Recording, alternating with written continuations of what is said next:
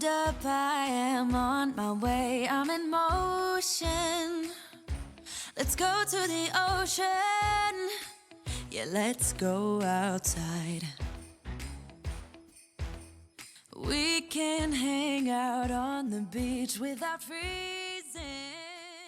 Welcome to Crafty Beach. This is Julie. Welcome to Crafty Halloween 2025, where I bring you 20 Halloween Dollar Tree DIYs that I've made so far on my channel this year. Hopefully you'll get lots of Halloween crafting inspiration from today's video. For this DIY, I'm going to use this snack bowl that I got for $3 at Dollar Tree. Now be sure to get it at Dollar Tree and not Dollar General. They have the same exact one there for $6, so that's a good deal.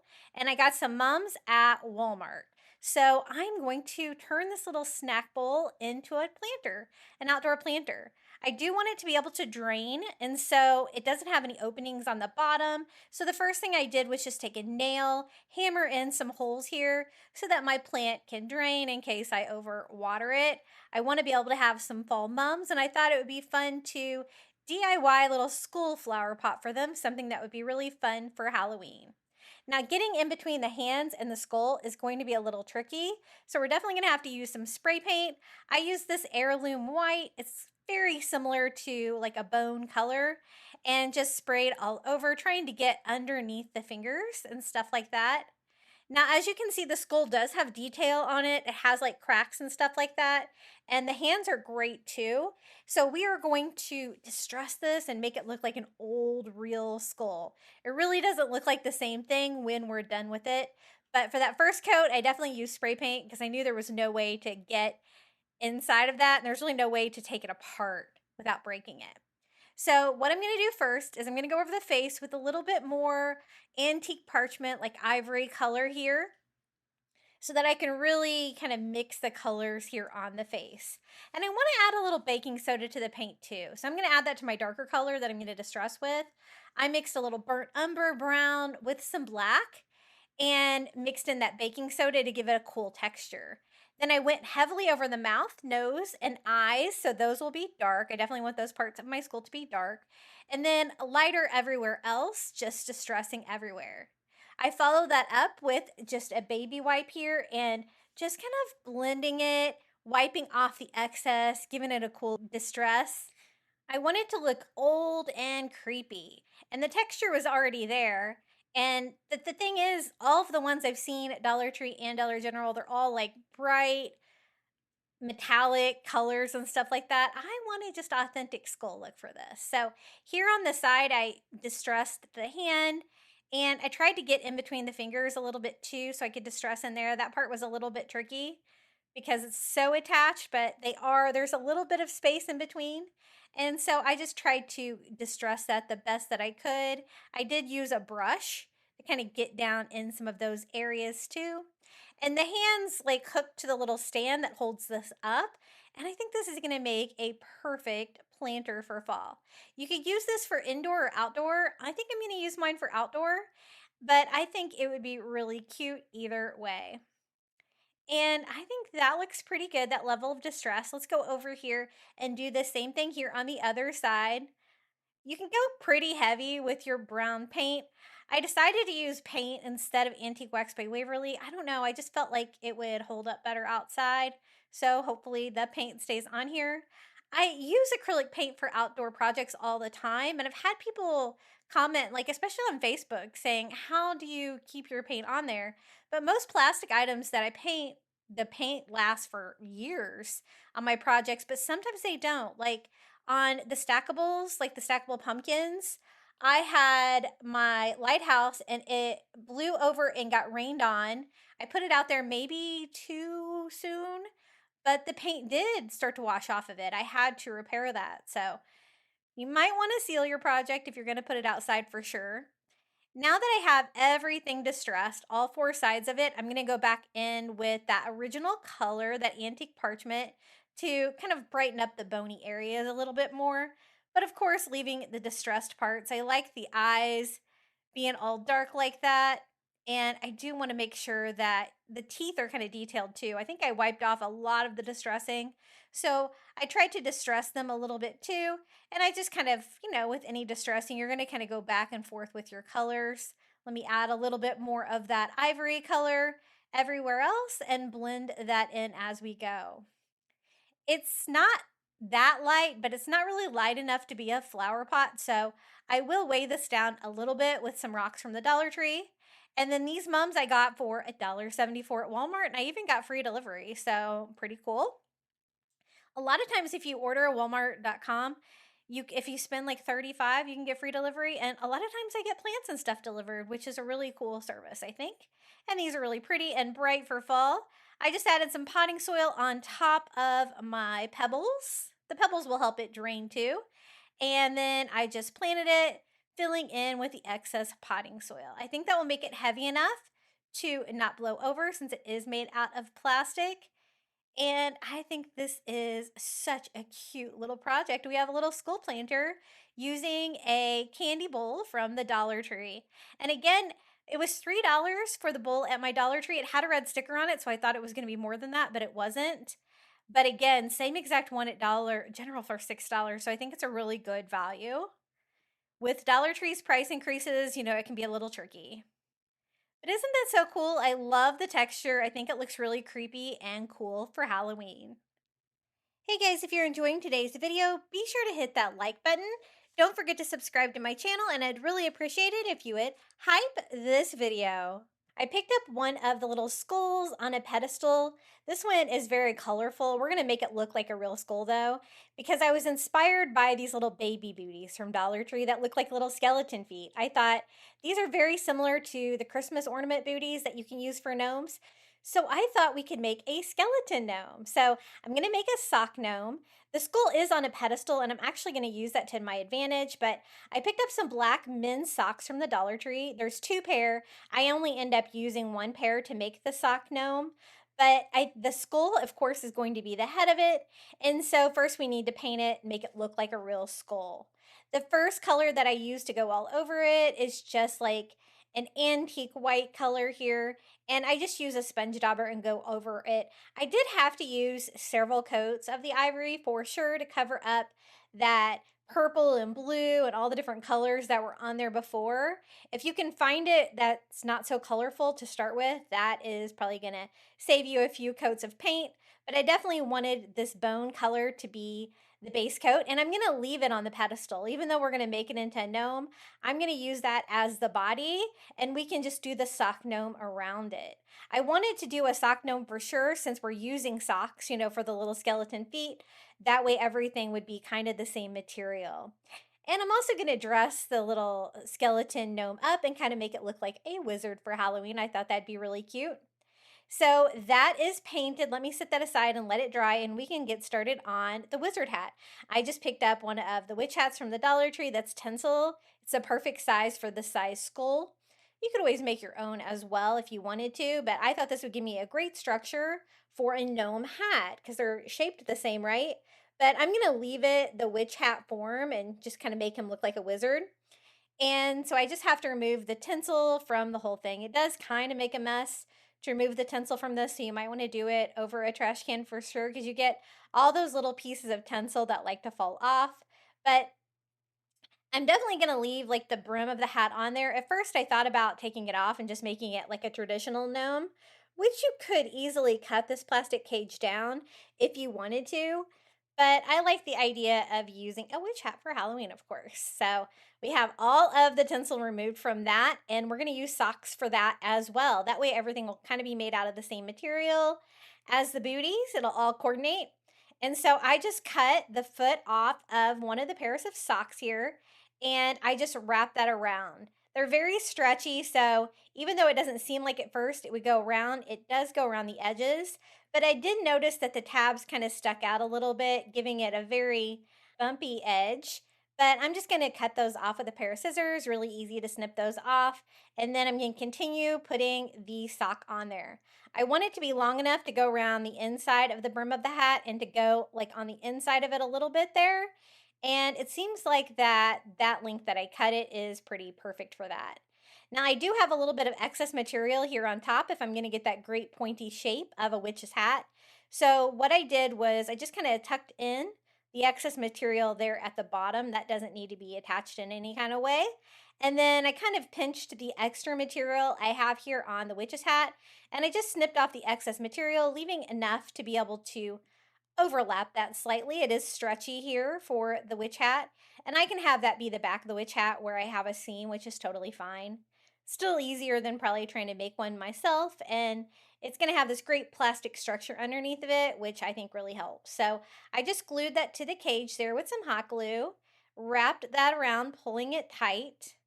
Have a little bit more material there on the top, but I'm going to go ahead and trim off all of the excess material there and kind of clean it up a little bit here. If you find you get some hot glue on the outside of the sock, you can always melt that down with a little bit of heat and get that off there and make it look a little bit better. But I think that turned out really cute, and it was a really easy little witch hat, and I think it looks so much better than it did before. I'm not a big fan of the tinsel items from the Dollar Tree, but if you are, you could, I guess, just leave it as is. Now for the skull, we need lots more details. Like we need dark eyes, nostrils, teeth, the little cracks on its head. So I just went in there with a little antique wax by Waverly and a sponge brush, and I am just going to distress it heavily there on the facial features. Also the little cracks on its head, if I can get to. I just kind of want to distress it all over with the antique wax by Waverly. I follow that up with a baby wipe, just blending it all in. If you find that you wipe away too much, you can always go in and add a little bit more. Distressing is very forgivable. I just went ahead and made the little areas that I might have wiped too much a little bit darker, wiped them down again, and then I will go back in with that bone color to bring that out, because sometimes when you can distress it, you can really get like a really brown looking skull. I did want some bone color to come through, but I definitely wanted the cracks and crevices of the skull to be that dark color. And we're going to make him look kind of creepy, yeah, kind of cute too, and give him a really fun beard and stuff as well to go with that like dead garden gnome kind of feel, since he is a skeleton. Now I have him all painted. This is the second sock out of the one pair. I'm going to cut just the foot part off here. This is going to be the body of our sock gnome. And I'm going to simply put that on the little base that's on the skull. I first weighed mine down with a little bit of pebbles there in the very bottom, just to make sure that this doesn't tip over. And I always like to weigh down the bottom of my little sock gnomes, and I just actually put the plastic stand inside of it as well, which makes the body a little too skinny, so I need to stuff it. I was actually out of like any kind of polyfill, so I'm going to use one of these mop heads from the Dollar Tree. These can make really good plush stuffing as well. And I'm just going to cut off a piece about the right size for the body, and I'll use this to wrap that plastic pole inside, and it'll give me that puffy sock gnome body that I wanted. So I just laid this inside, pulling the sock up over it. We'll gather everything up here with the little skeleton's neck. And I have lots of fun ideas for this gnome. This was definitely the one DIY I really wanted to make for this video, so I was so glad that I was able to complete it. He kind of looks like he's wearing like a turtleneck right now. I'm going to gather that material up here at the top and make it look even more so by taking a couple of black zip ties and attaching that. I don't really worry about the rough edge there on the sock seam, because you're not really going to be able to see it because it's going to have a beard, of course, because it's a gnome. But I will trim up the excess material though, especially here in the back, so you won't be able to see it back here either, because the witch's hat sits on top. It doesn't really go down the back of his head at all. So I just trimmed off the excess material, and the zip ties are strong enough. I used 2 of them there to gather that all together on the bottom. But now we have a body, and then we can attach the hat later. Just trying that on for size, I think that will work. But also trimming up the excess material, making it look a little bit better. I do plan to do a cape for him as well, for his wizard little costume. Now the baby booties have these little plastic pieces in them for display, but I'm going to use those to my advantage. I do cut off like the leg part of them though, because otherwise the little feet would stick out too far in front of the gnome, and I want to attach them. So I do that to both of them just cutting the leg part off the plastic, but saving the plastic to make it look like it's full. That way I don't have to go back in and stuff it with anything else for my little skeleton feet. So I'm actually going to just attach those to the other sock, just kind of laying it flat up against it. I just use hot glue and I glue one here on each side. When I saw these booties, I just immediately thought skeleton gnome. And so I had to see if I could pull this off, and I think that I did.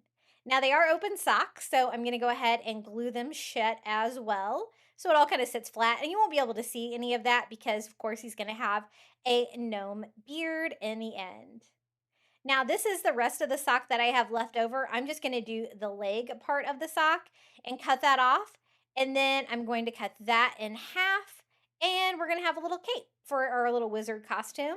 And it'll all be that same material. I think I'll use the finished edge for the very bottom and the unfinished edge around his neck because you really won't be able to see that too well. I just bring that around to the front and hot glue that both parts there, and we have a little cape down the back of him. So the back of him is really cute as well, which is always fun for a gnome that you're going to sit around your house. He's not too big. If you wanted to use him on a tier tray or something like that, you probably could. I'm going to definitely add him into my Halloween decor. For the beard, we're going to use Spanish moss. I know I've been having trouble finding this at the Dollar Tree. Have you been having trouble finding it as well? I've been having to get it at Walmart, and I'm pretty much out of it now, so I'm going to have to get more for sure. I don't know why. I used to always be able to get it from the Dollar Tree. But I just take a bundle of it, and I'm going to hot glue it here underneath his teeth. I'm not going to do a mustache or anything. I'm just going to do a beard because I do want you to be able to still see his little skeleton teeth. Definitely a feature of the skull. And I thought this was wiry and creepy and would be the perfect, like, undead gnome beard. I thought about using reindeer moss as well, but I really liked the brown, creepy color of the Spanish moss, and I think it was a good choice. It's definitely creepy. It's stringy, kind of like a beard. I'm going to trim off the top here and make that a little bit more even for the beard, and then have it here on the sides of his mouth, but no mustache, just up on his cheeks a little bit. And I think that looks really creepy. And then I want to see how it looks with the little wizard hat on there. I was trying to decide if I wanted to give him hair, but being a skull, I kind of wanted him just to be bald. But I am going to have the beard go a little bit further over here on the sides because I have some fun plans for some skeleton arms for him as well. So I just added a few more pieces over here to make it bigger and bushier for his beard and kind of trim that up a little bit. The Spanish moss definitely going to make a little bit of a mess, so be prepared for that. You might want to put something down before you start crafting with this for sure. But I just kind of added some to it until I think it is nice and full and long enough. Now for the arms, I'm going to use the little skeleton hands from the Dollar Tree. I don't like the way they're painted, so I'm going to paint them to match the skull. I just went over mine with some antique white first here and painted that, leaving a little bit of that gray color to come through. And then I'm going to distress them as well so they will match the skull color. Once I get them painted antique white, I'm going to go back in with some antique wax by Waverly and distress them just slightly with that brown and blend it together with a baby wipe here. If you distress too much, you can always go back in with the original color as well. Just want them to look old and like creepy skeleton hands. I had thought about using, I have like some skeleton hands forks that I think I got at Target. I thought about using those, but all I really need is the hand part. So I think these ones from the Dollar Tree are great. They're the perfect size too. And you get a whole package of these. So I'm going to have these go down to the side like that. So he's going to need sleeves. And I do have one piece of the sock left here. So I'm going to use the band around the top there for a finished edge. And I'm going to cut it in half. One of these can be a sleeve for each side. So I just rolled it. I didn't really need to stuff it or anything. They're tiny enough. I can just use some hot glue and roll them into little sleeves here. And I like the fact that they're kind of flexible. They don't really have a dowel or anything inside of them. And then I put a little hot glue on the inside of the sock sleeve, and I just put the little hand inside. There's little plastic pieces that make it perfect for this, for crafting. And now we have two little skeleton arms, which I think are really going to finish this little skeleton gnome off. I'm going to have it come out the side here. And since I have that cape, I can kind of hide it underneath of it. So I just pulled up the cape and used a little hot glue to attach one of the the little hands. I did make sure I used opposite ones so the thumbs are like going the right direction there. So that will be his left hand, and then let's go over here and do his right arm as well, gluing that underneath the cape. Yeah, I think he's so cute. What do you guys think about this guy? Isn't that adorable? My idea totally worked out. I always love that. Now, time for his hat. I'm going to attach his little hat up here, and I really don't think he needs anything else. I'm going to hot glue it on so it won't fall off. It is the perfect size, but it won't stay on really well without gluing it on. And here he is, our little skeleton gnome, dressed up as a little wizard, which I love. The wizard hat and, of course, the gnome hat are very similar. And this is how he turned out. I think the paint and the combination of the paint and the reindeer moss makes him look really creepy. You could also put like a little black hood on him, make him look like a ghoul or something like that. I think that would be really cute as well.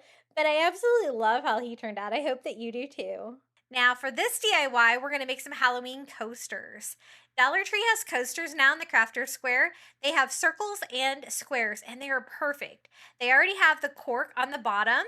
They're great shapes, and they are just ready to craft. So I'm going to paint mine black and make some Halloween coasters for my coffee table. I think I only need 2, so I think this is going to be perfect.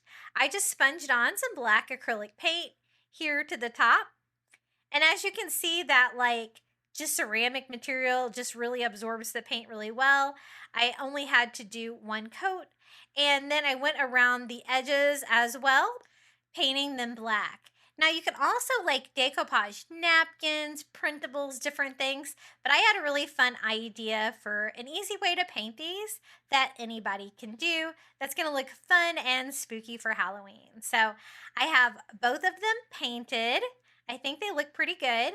I'm going to go in with a white paint pen. These are my favorite paint pens, the Posca paint pens. I do have these linked in my Amazon store, and I absolutely love these paint pens. I'm just going to do a straight line, do another one crisscross, and a third one.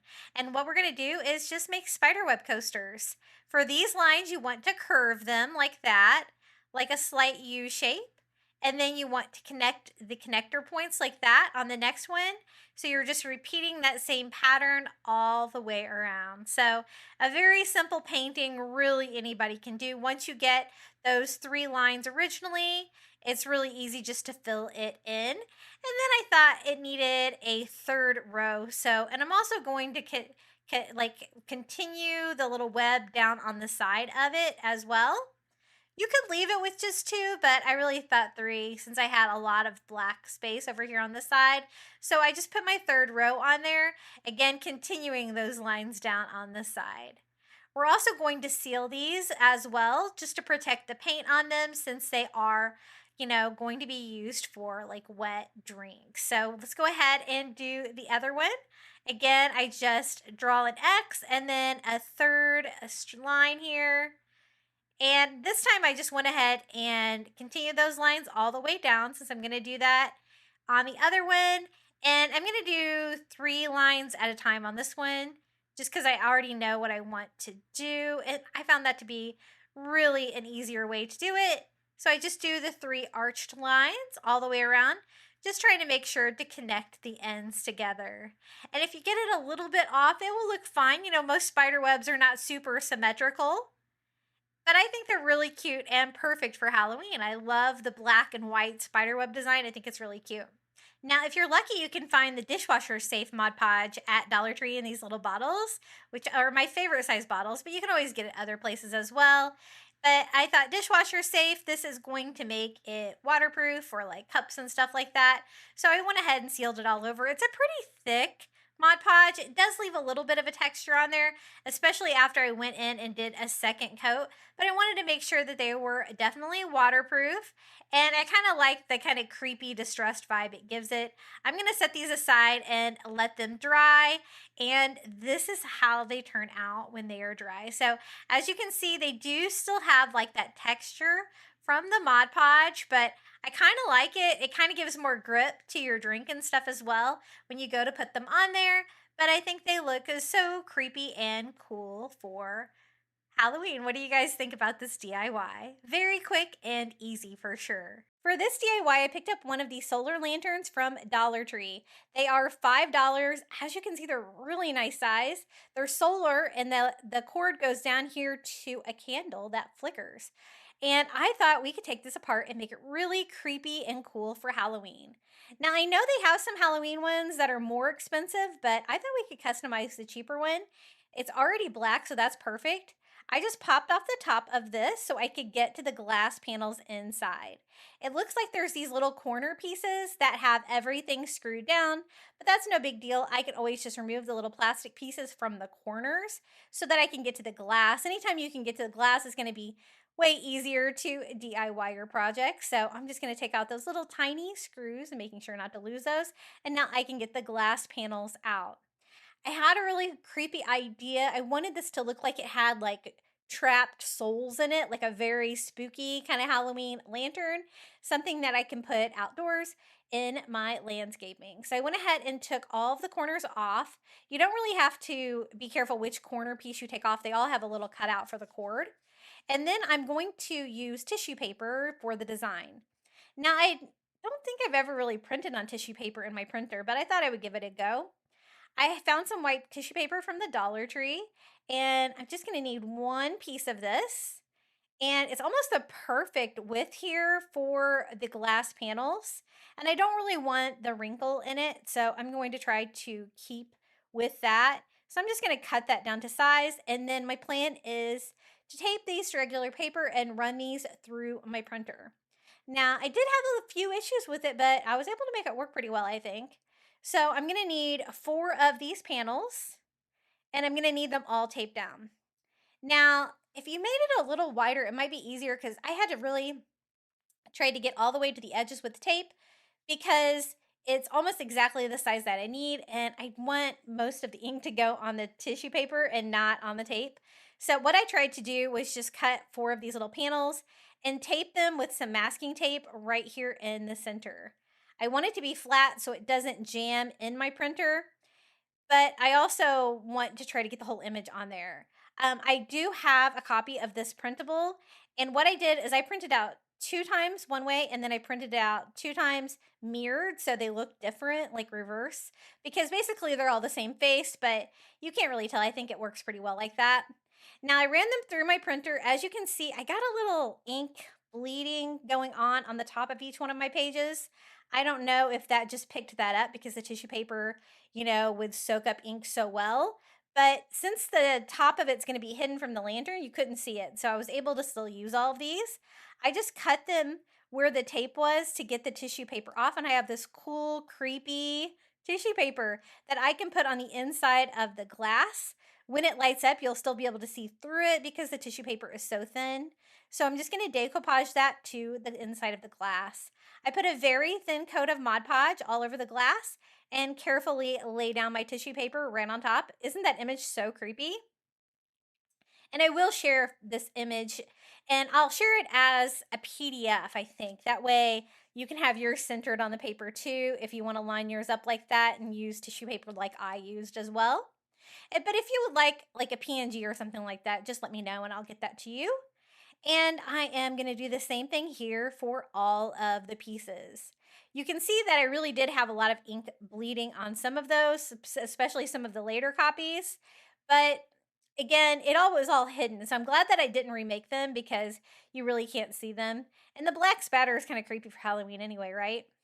This one had a little bit of tape left on the edge, and because the design printed there, but again, you're not going to be able to see the edges either. So you really have a safe space all 4 sides because it's going to go back inside that lantern. I just glued mine on.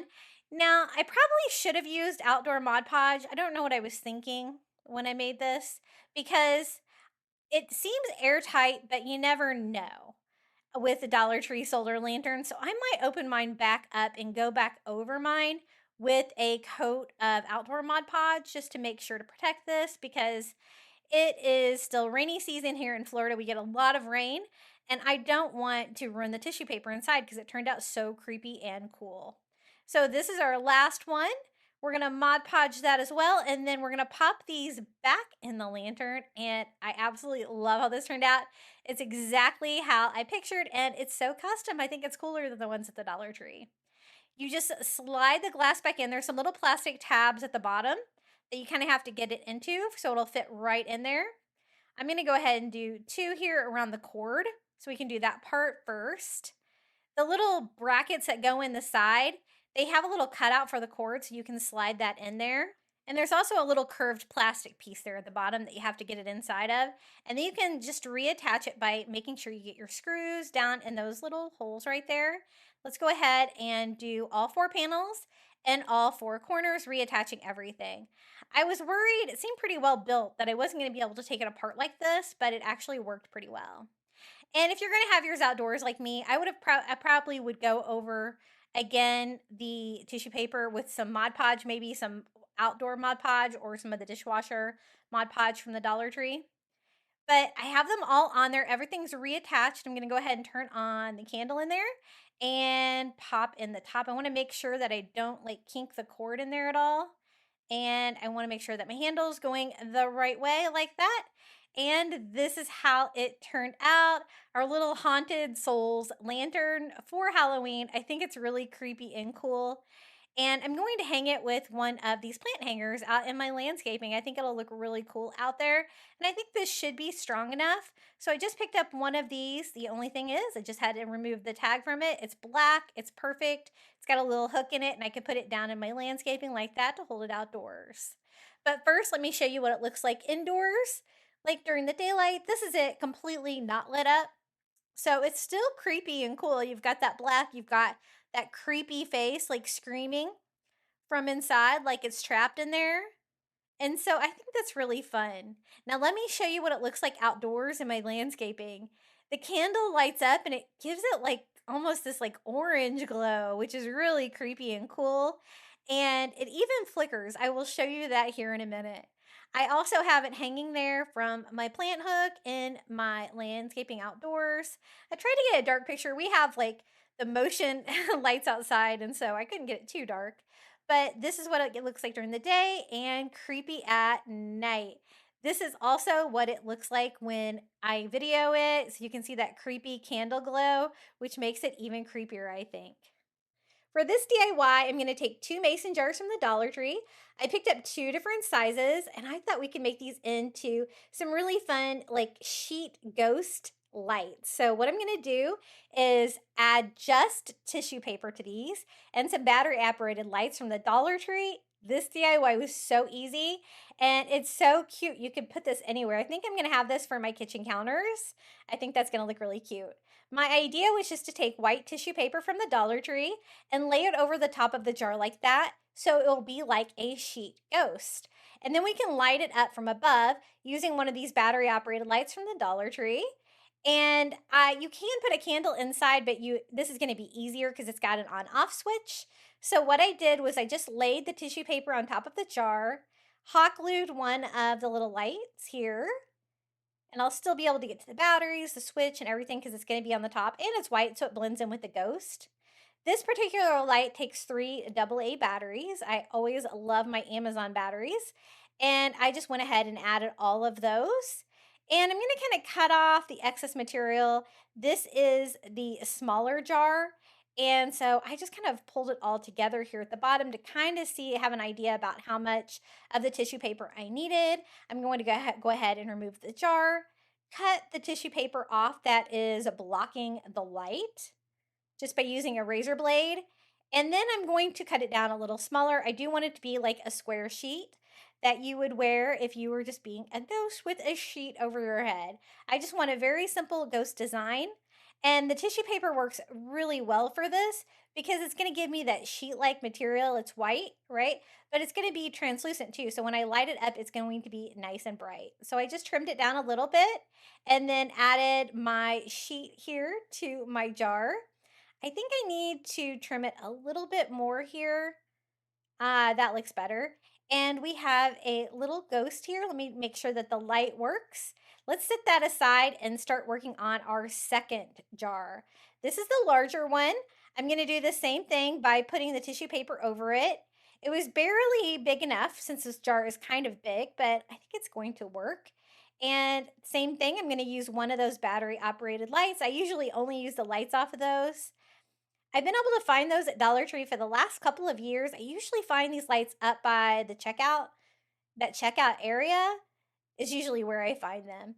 And I am going to glue that on, go in, again, cut off the excess material from the light. Really easy to do. I don't want to block that.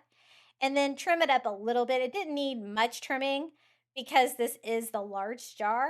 And I like the idea of making a couple of these, especially different sizes. So it'll look like a parent ghost, a child ghost, kind of next to each other. So let's try that on for size. I think that looks pretty cute. All I need to do is pop in some batteries on this one.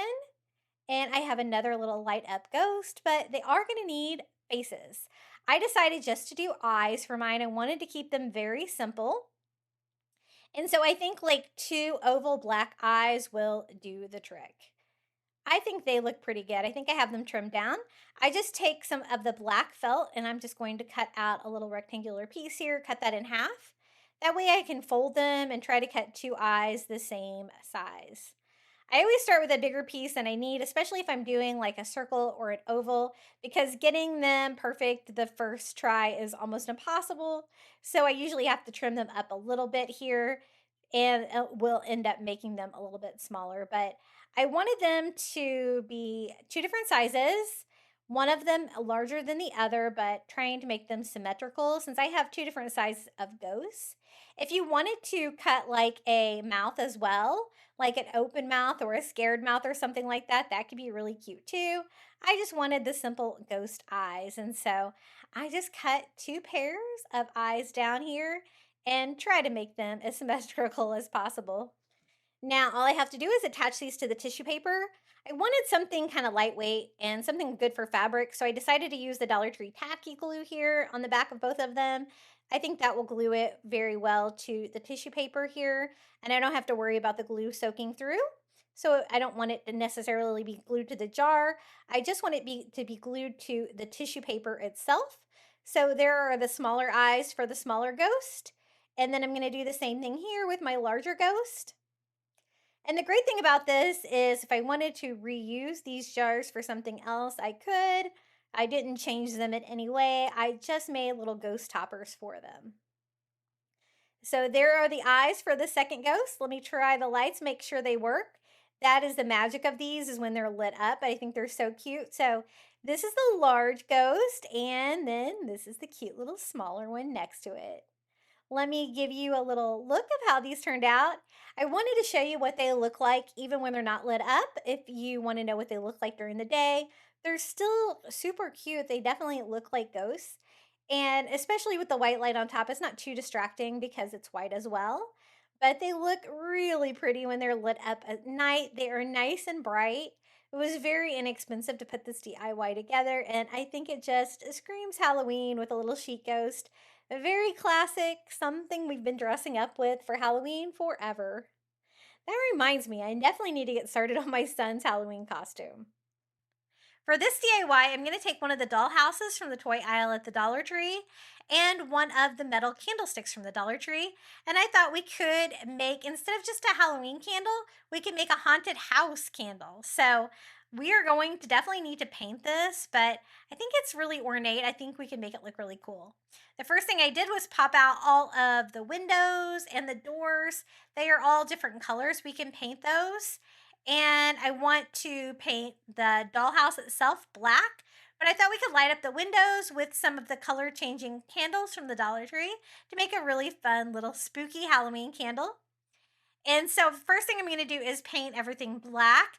I use this ultra matte black spray paint, and I'm spray painting the candlestick. I know they have these in black, but I didn't have any in my stash, so I'm just going to paint one of the white ones. It's not one of the super tall candlesticks, but really you could use whatever you have, but definitely recommend black for the creepy factor. And this is going to be the base for the haunted house, which I want to paint all of this black as well. Now, I had a little bit of trouble with the spray paint drying on this.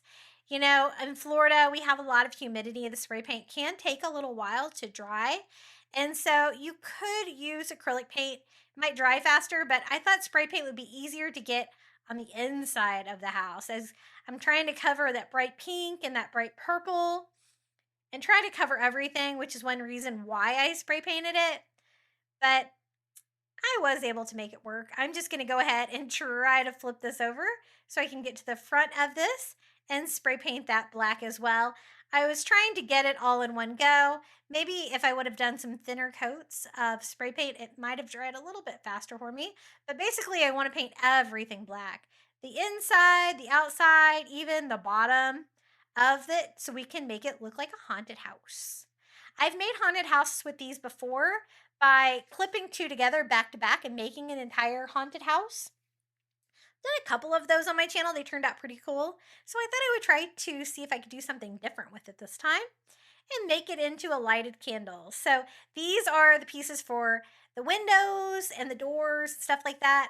I thought we would make the white plastic pieces look like wood. I mixed brown acrylic together with some gold to give me this kind of cool color. And I'm just going to sponge this on.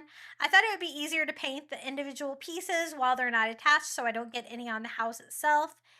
The paint does like to come off the plastic a little bit, so you might want to save some of your paint when you put it all together, because you will notice you'll have to touch some things up for sure. But I just went over all of the white windows, the side windows, everything with that for brown. And I knew that the green would not paint the same color, so I'm going to mix together black and white and just do gray for those. I want to kind of mask that bright green color for the door and these little attic windows, I guess, for the top of the house. Just trying to paint those with a sponge so I can kind of get down in between the frame as well to make everything gray. I think gray will be creepy. It'll match together with our black haunted house. And I wanted to distress the house with gray as well to make it look creepy. And so I just painted the front and the back of the little triangle windows and the little door for the dollhouse. They have a couple different varieties of these toy houses from the Dollar Tree. I think this one is the one that is a little bit more ornate. It works really well for a gingerbread house as well. So I am going to do the same thing by painting the back of all of these pieces brown as well, just because it's going to have an open back. I'm going to have candles back there. I just want everything to look good from the front and the back, since it's going to be kind of the star of the show on this one. So we have everything painted, including our house.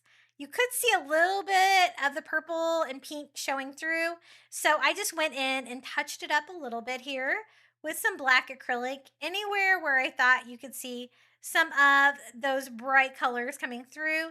That was probably the hardest part. It's just trying to cover all of the bright colors and make it look nice and dark for a haunted house. And it makes it a little bit less sticky as well. Even though I did kind of set this aside, even set it in front of my air conditioner in my garage to try to hurry it along a little bit with a cold fan hitting it. But I think that looks pretty good. We can start putting this together. The little pieces have little plastic tabs on there, so they snap back into place. So I have the door frame, I have the windows here in the front, the little attic windows up here for the top, and then I also have like the door and the side windows as well. Just kind of touching those up a little bit, because I did notice that I had a little bit of green showing through there from that window when I popped it in. As you can see there, it's very touchy because they probably haven't had enough time to set up either. But I did have to touch up my windows as I kind of added those to them, if I noticed any of my white color coming through on those, and also for the windows there at the top. The door, I'm going to try to pop it in. It's a little tricky to get the door reattached. I'm going to just kind of hot glue it here from the back to make sure that it stays closed, because it didn't really want to pop in there too well. I think it's supposed to be a functional door. Now, I didn't want to add a lot of details to this. I really wanted just the structure of the house to be the star of the show and the color changing lights in the windows. And so I'm going to distress it, but I'm just going to distress it with gray by mixing some black and white together. And as you can see, there's some great textures on this house. Like there's a little fence. There's different details like the roofing and the siding and stuff like that. And you can bring out the detail of that by distressing it a little bit. And I think that the gray and the black together Kind of gives you that haunted house feel. But I'm not going to add like spiders or webbing or anything like that to mine. I'm just going to go really with the structure of this. And they do have these little tabs here on the back where you can hook the houses together. I'm going to trim that off because it's going to kind of take away from my shape. Touch that up as well. And I just removed that from both sides. But just trying to distress it with gray all over. And I'm also going to distress the candlestick that we painted black with a little bit of the gray color too, so it all looks like one piece. And I want to light up all of the windows. Since there's a shelf in there for the top, I think I should be able to light up each one of the windows. It'll be really cute. I went in there with a little bit of black too because I felt like I had distressed it a little bit too much with the gray. And that's just an easy way to darken it back up a little bit. Same thing with the candlestick, and then we can start putting this together. These are the color changing tea light candles from the Dollar Tree that are battery operated. At first I thought I could just do two. I was thinking one for each shelf, but really you're not going to be able to see the colors if you just put them in the center because the windows, both of the windows are on the sides. So if you put it just one in there, you're not going to be able to see it. So I'm definitely going to need two packages of these, which luckily I had two. And you just turn them on and they rotate colors, which I think is creepy for Halloween and would add a fun Halloween vibe. So I did 4 candles inside our candle holder here. And since they're battery operated candles, they should be totally safe inside the plastic. And then I can display it on the candlestick like that. So let's go ahead and attach it. I'm going to try to use some strong glue since I'm doing the metal. I did the multi-purpose cement. You could probably get away with hot glue too if you wanted to. I just put that around the edges of the candlestick and set our little haunted house right on top. I think it's going to look really cute with the windows all lighting up different colors and look super haunted just from the black and the gray paint. So I added a candle in front of each window and I turned them all on separate times so they all light up a different color, which kind of gives you kind of a creepy vibe. I think looks really cool. Let me show you how this turned out. Isn't that fun? I love the architecture on the house. I think it definitely makes it look old and creepy. And displaying it up on a candlestick like this kind of makes it look like a work of art. And you have no idea that that is just a little toy dollhouse from the Dollar Tree. So it looks really cool during the day, lit up. And this is what it looks like lit up at night. Isn't that fun? I love the changing colors of the lights in there. I think that's really fun. It has lots of different varieties and it gives you a fun flicker effect as well. So it looks really cool during the day for Halloween. And let me show you how like the colors change in the candles at night. Now, these are one of the Halloween stackables from Dollar Tree this year. This is the 24-inch stacking ghost. Yes, they are $7 now, and so I only got one for sure, but I thought we could take this and make it really cute. I know some people just stack them and display them, but you know me, I have to decorate them and try to make it extra special, so I came up with some fun ideas. These are the 3 different pieces. They all pop together. You can actually use the parts separately if you want to use them for a planter, stuff like that. But I'm going to do mine as the stackable ghost, and I'm going to do mine for outdoors, but it would work well for indoor decoration as well. So let's start with the first little ghost here. First, I want to dirty him up a little bit. Instead of just the bright white plastic, I took a little bit of antique white and went all over, just distressing it with a sponge, making sure to remove any of that from the eyes and mouth, which are painted pretty well on there. So I'm going to leave those as is. And then just kind of blot that on there with my baby wipe to kind of blend it in together. I want some of the white and some of the ivory coming through here.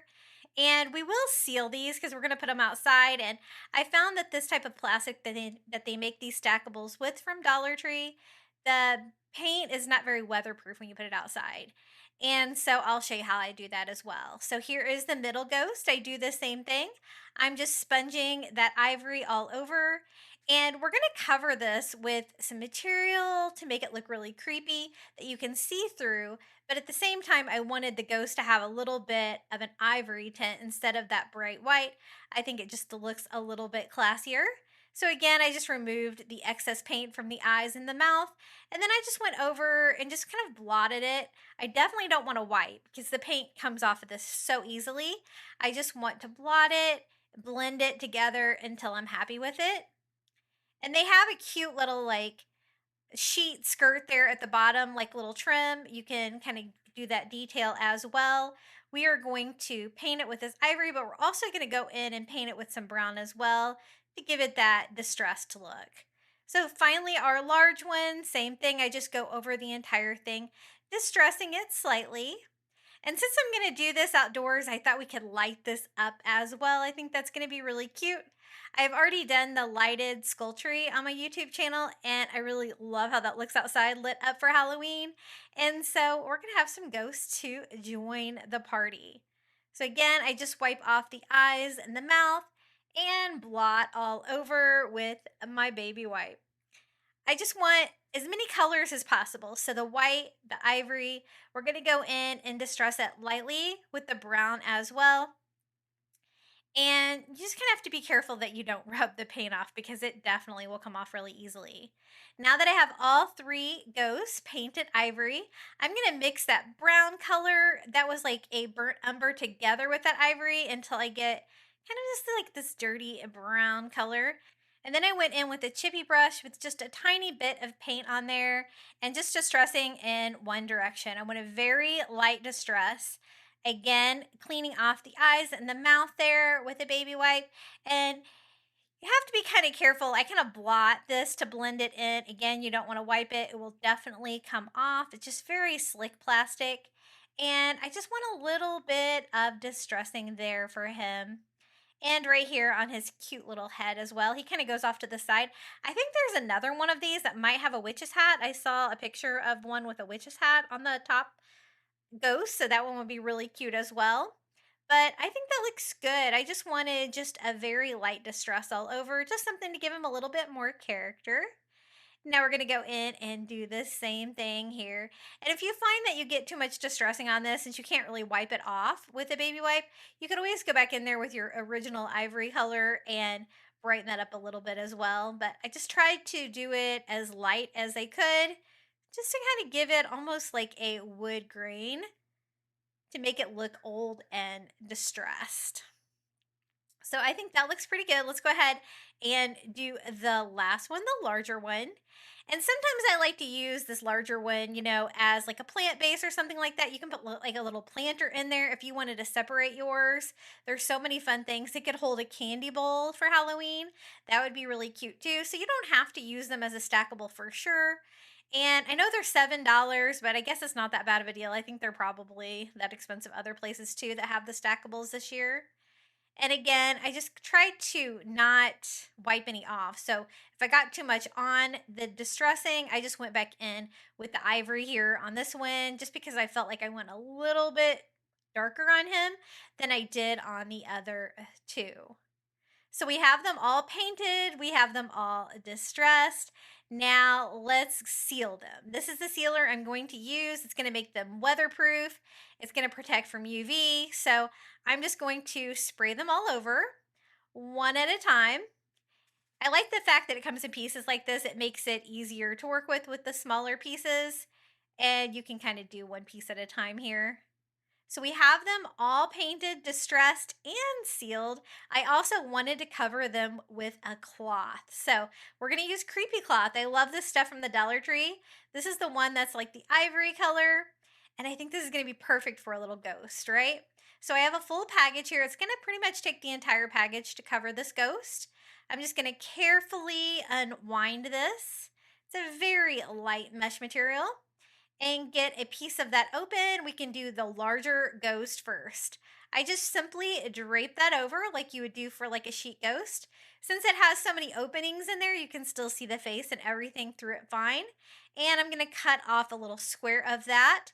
And I don't want the tails of this to be too long, so I'm just going to go around and trim off the corners, the excess material down there, and let that drape over our ghost. And I think that looks so cute. It's such a fun effect. So let's go ahead and do the same thing here for our middle ghost.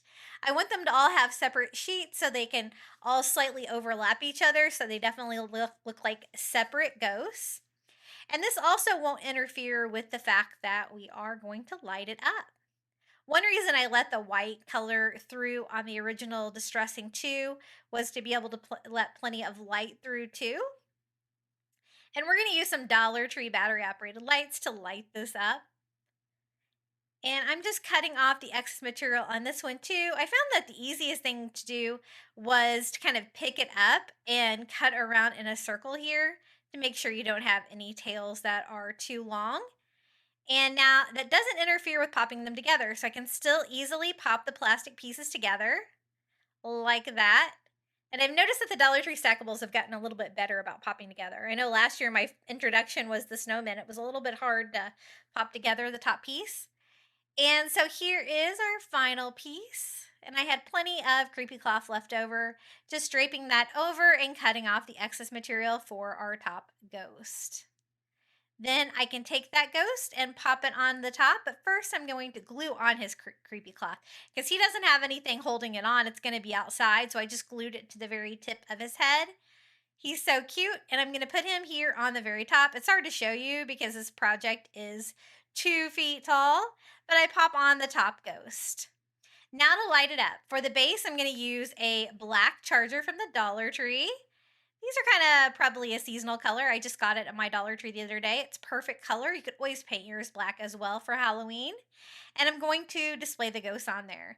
To light it up, I'm going to use this little battery operated light from the Dollar Tree. I love these things. I always stock up on these whenever I see them. They take 3 AA lights. You can also use the little push light from the Dollar Tree.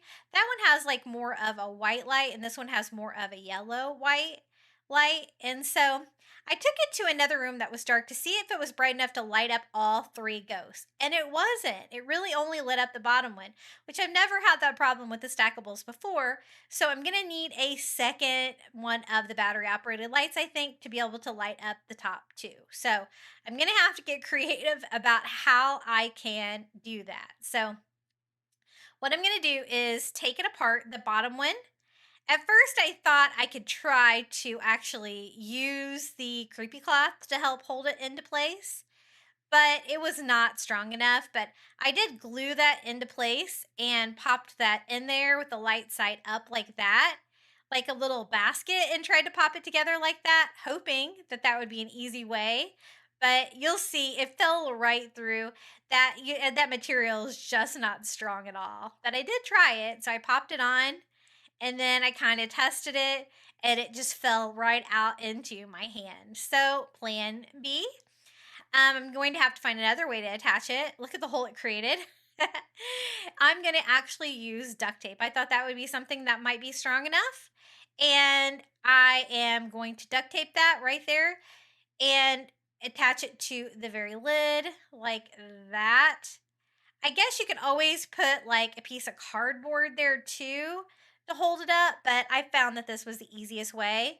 I have the little triangle of lights there that I can't get the duct tape on, so I'll just put 3 pieces of duct tape on here, duct taping that to the top of the ghost like that, and I should be able to hide that when I go to put my ghost together, and that way I can still get to the switch underneath, so I can lift up the ghost and turn on the switch on the tray, but I can also turn on the switch for the other ghosts. And again, I didn't want to use like separate lights for them, but it really only lit up the bottom ghost. Another thing you could use is like battery operated twinkle lights. They have a 30 count at Dollar Tree right now that might be really cute for this. But as you can see, I'm just carefully going around and removing the duct tape, trying not to damage my creepy cloth, and I don't want any of the duct tape to be visible. I can hide that by popping the other little ghosts here back on. Now for the charger for the bottom, I'm just going to leave it as is. It's got the little decorative side, so I think it's really cute. And I'm just going to attach the little light here to the bottom with some hot glue. You can still unscrew it to change the batteries if you need to, and display the ghost right on top of it. And it looks really cute during the daytime too. So I wanted to show you what it looks like just during the day, not lit up. It's still super cute. It's got like that old-fashioned like sheet ghost, but with the creepy cloth and the distressing as well. So it's a super cute Halloween decoration for the day, but it looks great outdoors. This is what it looks like out in front of my house on my porch. I think it is so cute. Here it is, our little lit up stackable ghosts that are now super bright since I did add 2 lights. Before, the top 2 just barely glimmered a little bit, so you definitely have to light at least 2 sections. Again, this is what it looks like during the day, not lit up, and at night. So fun. I love that DIY. For this DIY, I'm going to use 2 of the candlesticks from the Dollar Tree. These are from the Dollar Tree Plus aisle, the $3 one and the $5 one. They are so nice wood candlesticks and really large. But instead of candles for these, I had a different idea. I thought we could take some Dollar Tree vases and fill them up with creepy items that glow. So I chose one of the $75 ones. Is that how much they are now? And one of the $3 vases. I have a Dollar Tree that is getting the more expensive stuff in that doesn't have a price scanner, but it also doesn't have Wi-Fi at that store, or signal for my phone, so I can't use the app either. So it's like a guessing game. I get up to the checkout and I'm so confused about how much everything costs. Now, the lights I'm going to use for these are the 30 string lights. They have these battery operated 30 lights now at Dollar Tree. I actually found them in the hardware aisle of the store I was at, which I love because usually they're only 10 count. We're going to fill this up with glowing eyeballs. So I chose some of the eyeballs from the Dollar Tree. I wanted them different colors, so I did the blue, the green, and the red. And I noticed this year they have 2 different sizes of eyeballs. They have larger ones as well. These are the small ones if you're going to recreate this. And I'm trying to use like the same amount of each one. Really, you only need 2 packages to fill up the smaller vase that I got from the Dollar Tree, but I wanted to get 3 different color eyes, so I used 3 packages. Now for the 30 count lights. It's great that there's 30 lights, but be very careful when you're unwinding these. They are wound so tight and so weird. They are very hard to get disconnected from each other without ripping the wire. So I definitely took my time on this. I found it a little bit easier to pull it around the battery pack. I don't know why they're wrapped like that for sure. It's kind of weird. This one takes the AAA batteries, 2 of them. So I'm going to pop those in here to light this up. And my plan is to light up all of the eyeballs inside. I thought that'd be really fun. Now, I can't fit 30 of the eyeballs into this glass vase, so I decided to leave some of them with just light. I'm going to use a razor blade and cut into the eyeball. I found that some of these have like areas that are hard. Some of them have areas of it that is softer. If you can find the thinner side of plastic on these, are going to be even easier to cut through. But you're going to need to cut it enough to be able to get the light bulb down inside. So I'm going to cut another one. Sometimes I was able to just cut a slit and get the light bulb in there. Sometimes I needed to cut a little cross section going the other direction to get the light in there. But I'm going to end up gluing these as well to make sure they stay on there perfectly well. If you had something to poke a smaller size hole in these without damaging anything else, that might be a little bit easier than the razor blade, but I didn't have anything, I didn't think. So what I'm doing is I'm just stringing these. So I did like 2 at the end, then I skipped one, right? And then I did 2 more, and then I'll skip one, and we'll continue that pattern all the way down. I did find that they wanted to fall off on me, so I am just going to add a little bit of hot glue here, glue the openings closed so that they will stay in place, so I'll be able to work with these and arrange them in the vase like I like. And I love the idea of using creepy items like this in the jars that glow instead of using candles. I think it's a fun way to use those candlesticks. So I just kept repeating the pattern 2, skip 1, 2, skip 1, all the way down the light string. And I'm also alternating the color of eyes, so I'll have some variety when I add those to the jar. I think that's going to work out really well. And the extra light's great because it's going to help light up the vase as well. But I love the idea of actually lighting up the light bulb itself. I think that's a really fun idea. And 30 is a lot of lights on these. I was really impressed to find these. They had them in clear like this. which is like a warm clear. And then they also had them in multicolored. I picked up some of those in 30 count as well. Those are going to be great for Christmas crafting. A little bit time consuming cutting these all and adding them, but I love the final result. Now, do you like to decorate like spooky for Halloween or do you like cute stuff? I like both. And I also like coastal, so I kind of decorate each area of my home a little bit different for Halloween. And let's go ahead and finish up all of the lights for the eyeballs. Now, I thought it would look even creepier if I used like some of the brown floral moss from the Dollar Tree in between the eyeballs to kind of fill up some of the dead space in here. So I'm going to try that out. I'm going to start adding the eyeballs to the vase and then sprinkling in some of the brown floral moss. And as I go, I'm kind of arranging the eyeballs to try to make it look like they are looking out. So I don't want to make sure they're facing in a direction that you're not going to be able to see the eyeball because then it's going to kind of take away the effect from it. So I just did like kind of one section here at a time.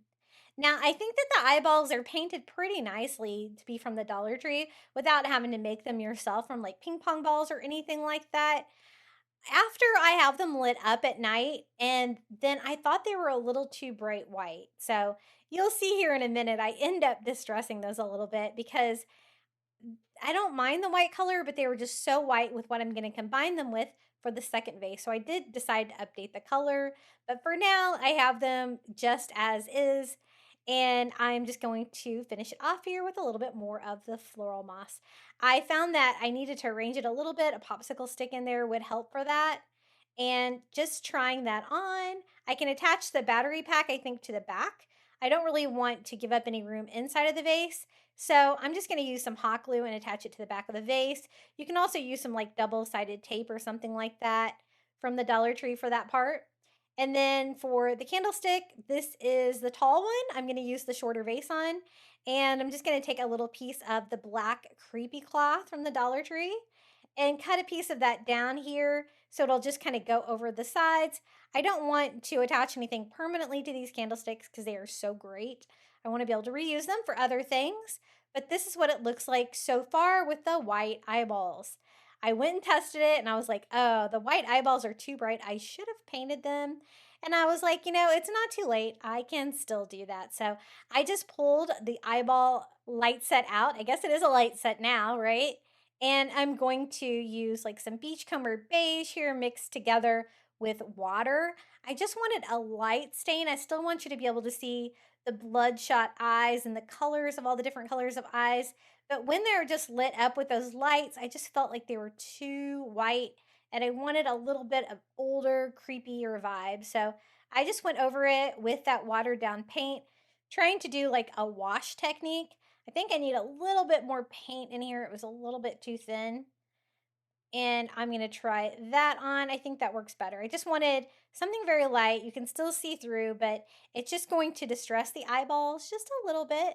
So I just used a sponge dauber, and a little bit of that goes a long way with these because it's a watered down and you can really get the effect without even needing to kind of reapply much of the paint on there. It goes a long way for sure. So I had, let's see, 20. I think I did 20 of the eyeballs.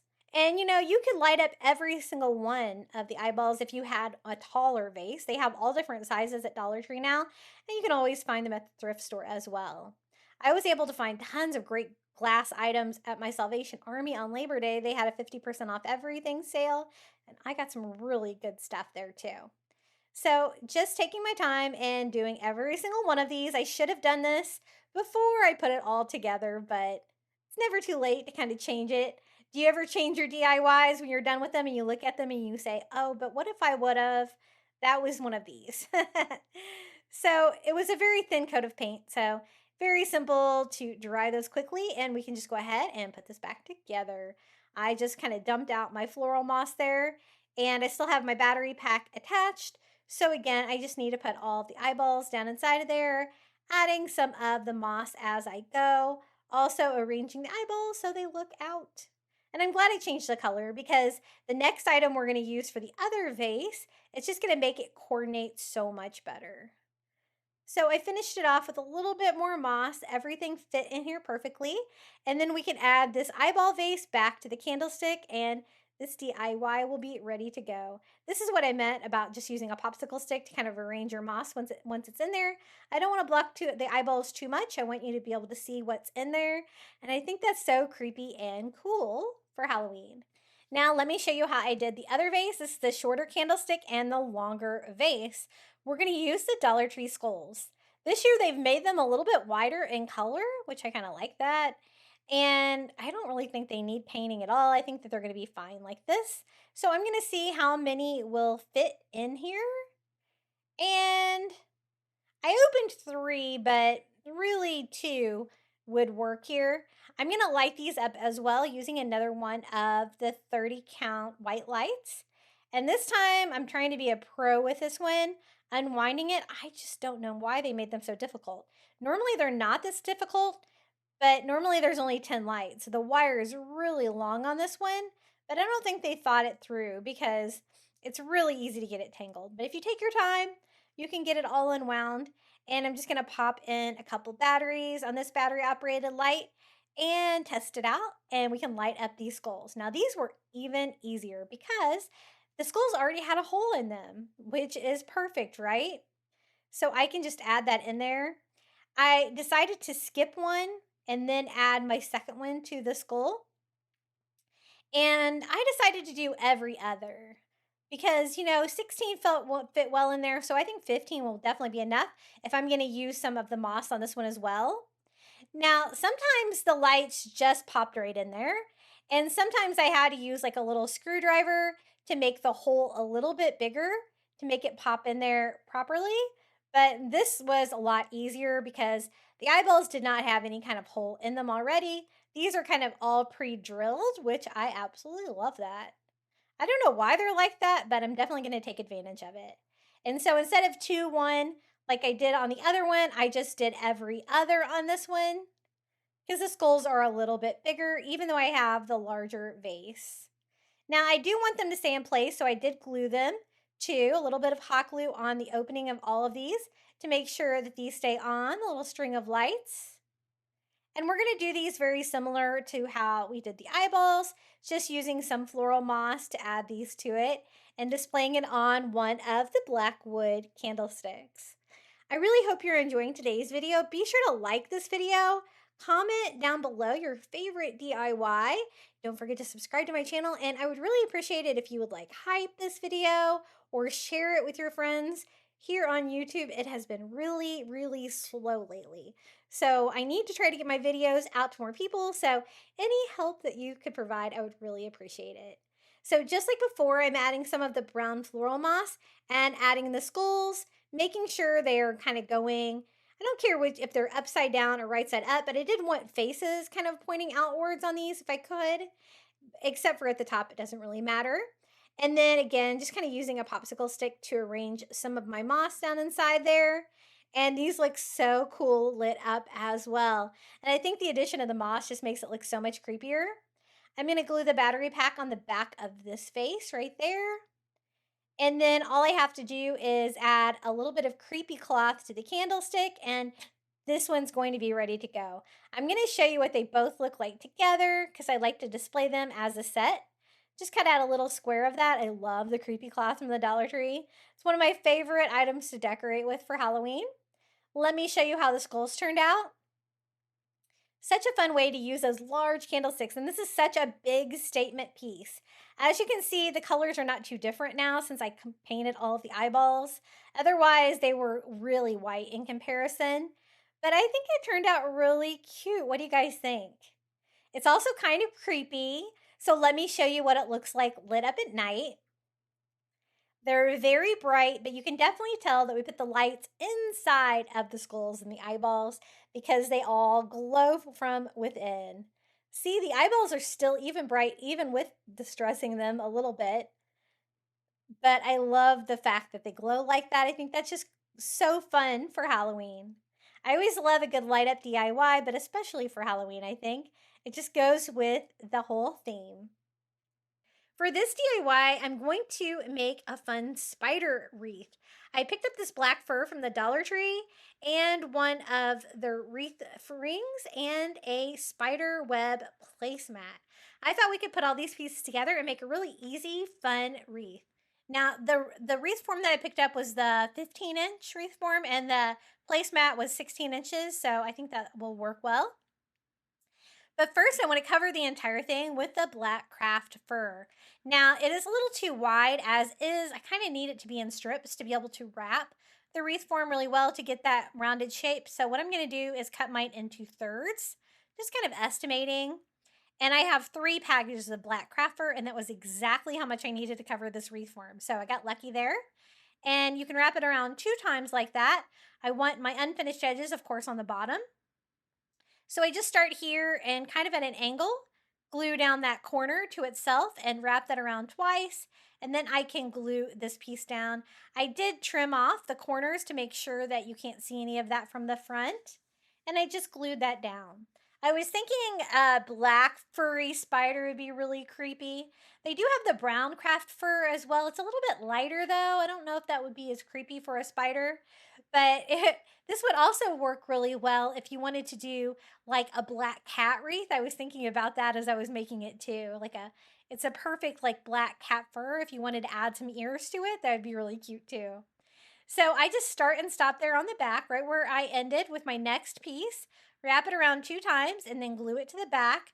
Again, making sure that you can't see any of that from the front. And it does shed a little bit since I did cut the fur like that. As you can see, I have some little fluffy pieces, but it was working really well to do the strips like this. So I'm going to do that for the rest of them as well. If you were going to add it all in one piece, I guess you could, but I think you might waste a lot of the fur craft material. And this 3 pieces of this craft fur to cover this large of a wreath form, I think worked out really well material wise. As you can see, I'm overlapping it slightly since it is fur. It does blend pretty well. It's not completely seamless, but it's pretty good. But I think it's perfect for a fuzzy wreath. I'm so glad that they have this craft fur at the Dollar Tree now. I was able to get it in like a brownish color that I used to make like my fall deer DIY. I've gotten it in light blue. I've gotten it in lavender, but black is perfect for Halloween. And I just keep wrapping that around. I ended up using every single piece of craft fur that I had there from all 3 pieces. And it was just the perfect amount. I don't know what I would have done if I would have got over here and not had enough, but I was lucky to have enough. So that is going to cover the entire thing. I do want to add that spider web to the back of it, and I've got some other fun ideas. I was thinking like I wanted this to be like fur and glitter, something kind of glamorous but spooky for Halloween. Now this is the placemat from the Dollar Tree. I was trying to decide if I liked like the matte black on the back of it or if I like the glossy side of it on top. And I think I like the glossy side of it on top because we're going to have some sparkles in this DIY. So I'm going to add that to the back of it like that, I think. So let's go ahead and flip it over. My placemat is a little bit larger than my wreath. So before I attached it, I just went around and kind of trimmed it down to size so you won't be able to see any of the spider web from the front. They do have a larger spider web placemat this year. I don't know if they have both sizes or not of the spider web, but there's other options too. And you can even make your own spider web back here if you wanted.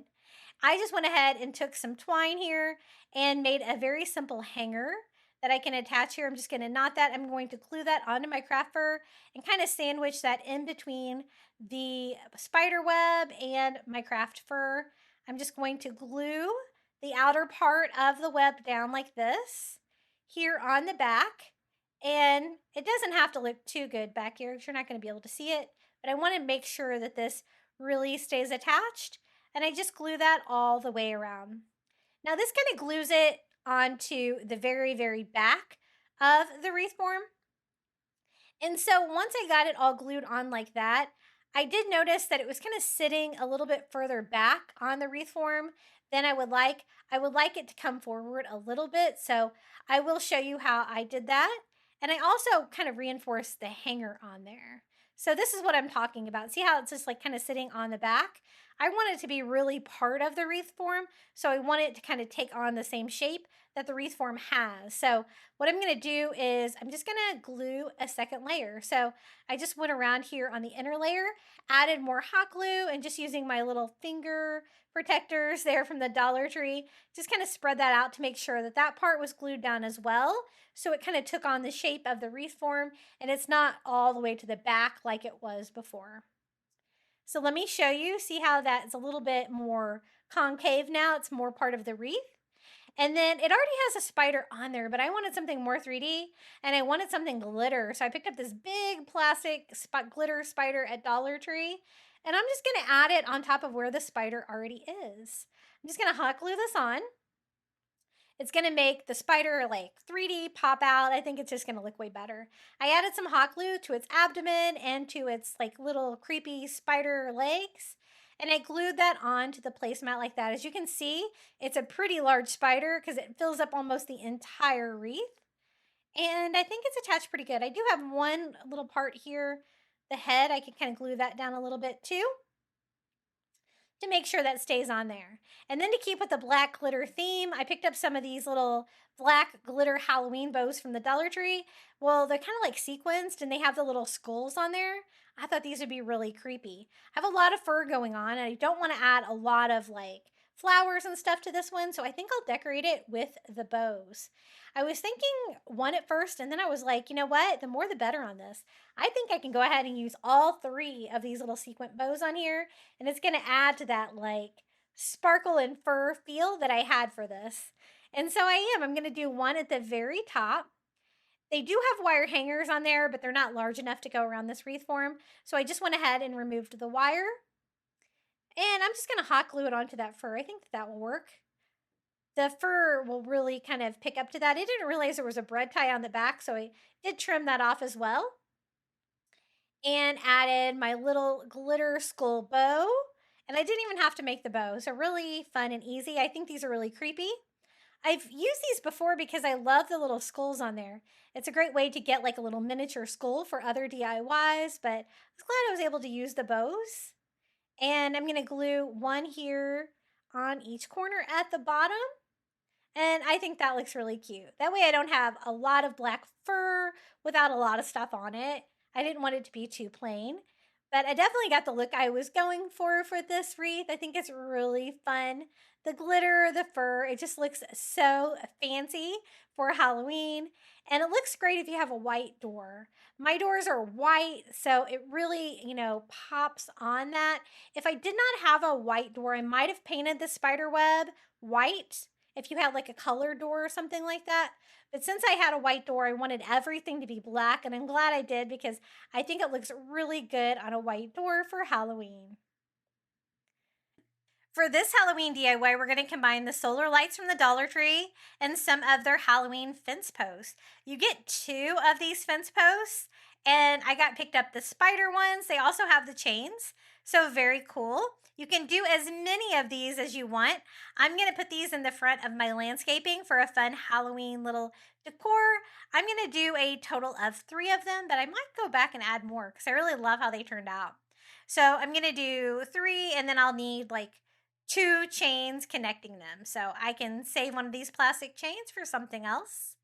And what I want to do is make the top of them solar lights. So I'm going to combine the 2 items and I want them to look the same. So I like the way the skeleton solar lanterns are painted. They're black with a gold distressing. So I'm going to do the same thing here for the spider fence posts. They have a red tinting on them. So I just went over the spider with black first, with some black acrylic, because they had white on the legs and red on the back, and I wanted everything to be black. And then we can go back in and try to distress it with some gold metallic to make it look like it's all one piece with the solar light we're going to attach to the top of them. And I think it's a perfect combination because it makes the solar lights really tall and stand out, and it makes the fence posts a little bit better too. So I painted all 3 of them black, and then I went in with a little chippy brush and some gold metallic acrylic paint and just kind of dragging that over the spider, distressing it. It almost gives it like a old brass quality to it. and makes the plastic look a little bit more high end. I'm also going to do the fence post as well and all of the little details. If you add too much, you can always go back in with your original color and distress with that as well. I'm even going to do the top here where we're going to attach the solar lights.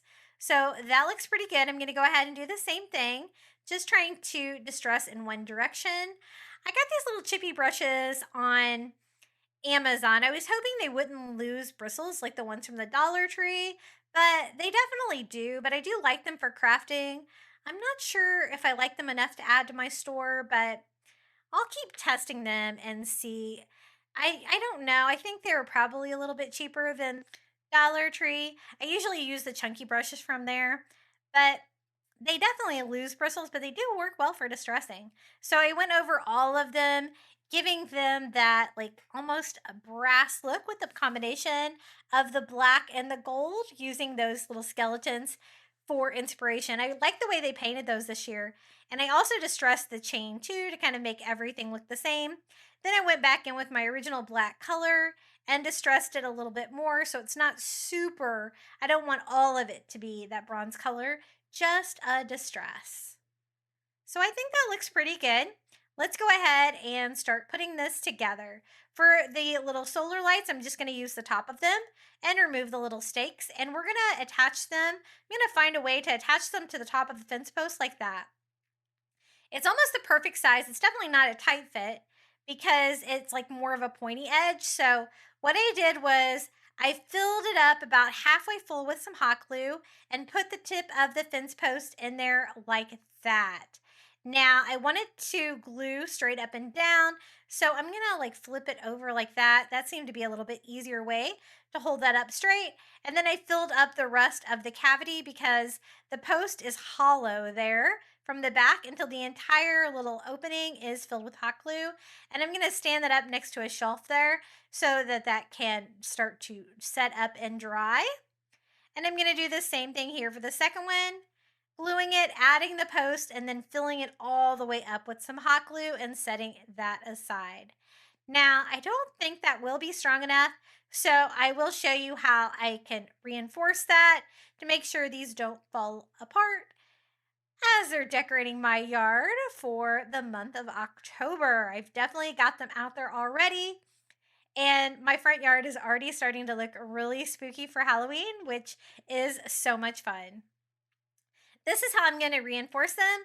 I'm just going to use some black duct tape. So I'm just going to take a little piece of duct tape here, enough to go all the way around and overlap a little bit, and cut it in half so I have like a smaller piece of duct tape. I can save the other piece for the next one. And once this started to set up with the hot glue, I just glued that around. And basically I am gluing the stem of the solar light to the plastic pole to help reinforce that. And I think the combination of the duct tape and the hot glue should be strong enough to keep this all together. I really couldn't think of any other ways to attach it. So I just wrapped that around, making sure the seam was on the side or the back so you won't be able to see that. And I will add a little paint so it'll really blend in really well. So this was the other half of the duct tape. Again, I'm just going to wrap that around, overlapping that slightly and making sure everything is really attached to bring the two plastic pieces together. And I'm glad that I reinforced it because these little plastic items like this from the Dollar Tree are a little bit flimsy on their own. So I definitely wanted to stabilize this. So this is the third one. And I thought it would go in with that black paint that we used on the fences and the gold, kind of distressing the duct tape a little bit. I know it's already black, but you could kind of see like the little glue edges. I want that to all kind of blend in and not be noticeable. So I first went over it with some black and then a little of the gold metallic here, just distressing that. So I just kind of wiped off. I had a little bit too much gold on there. So I just followed that up with a baby wipe to give me a very light distress. So it all looks like it's one piece now. We have these little fence posts with solar light caps and little chains that we can use to attach them all together. So let's go ahead and attach our chains. And I'm going to show you how this looks during the day, but I'm also going to show you how it looks lit up at night in my landscaping.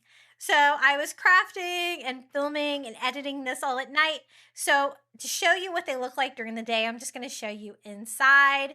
You can see the great finish on these. I love the black and the gold detail there, but a little close-up view of how this turned out. One of our solar light posts for Halloween. And this is how all three of them look together during the daytime. But of course, they will be out in my landscaping. And I think I might do a couple more of these. I did have a little bit more room because they looked so cool. I put them on the very front of my landscaping, in front of the window, in front of my kitchen. So I think that that will look really cute out there. But let me show you what it looks like lit up at night out there in the landscaping. So this is one of them.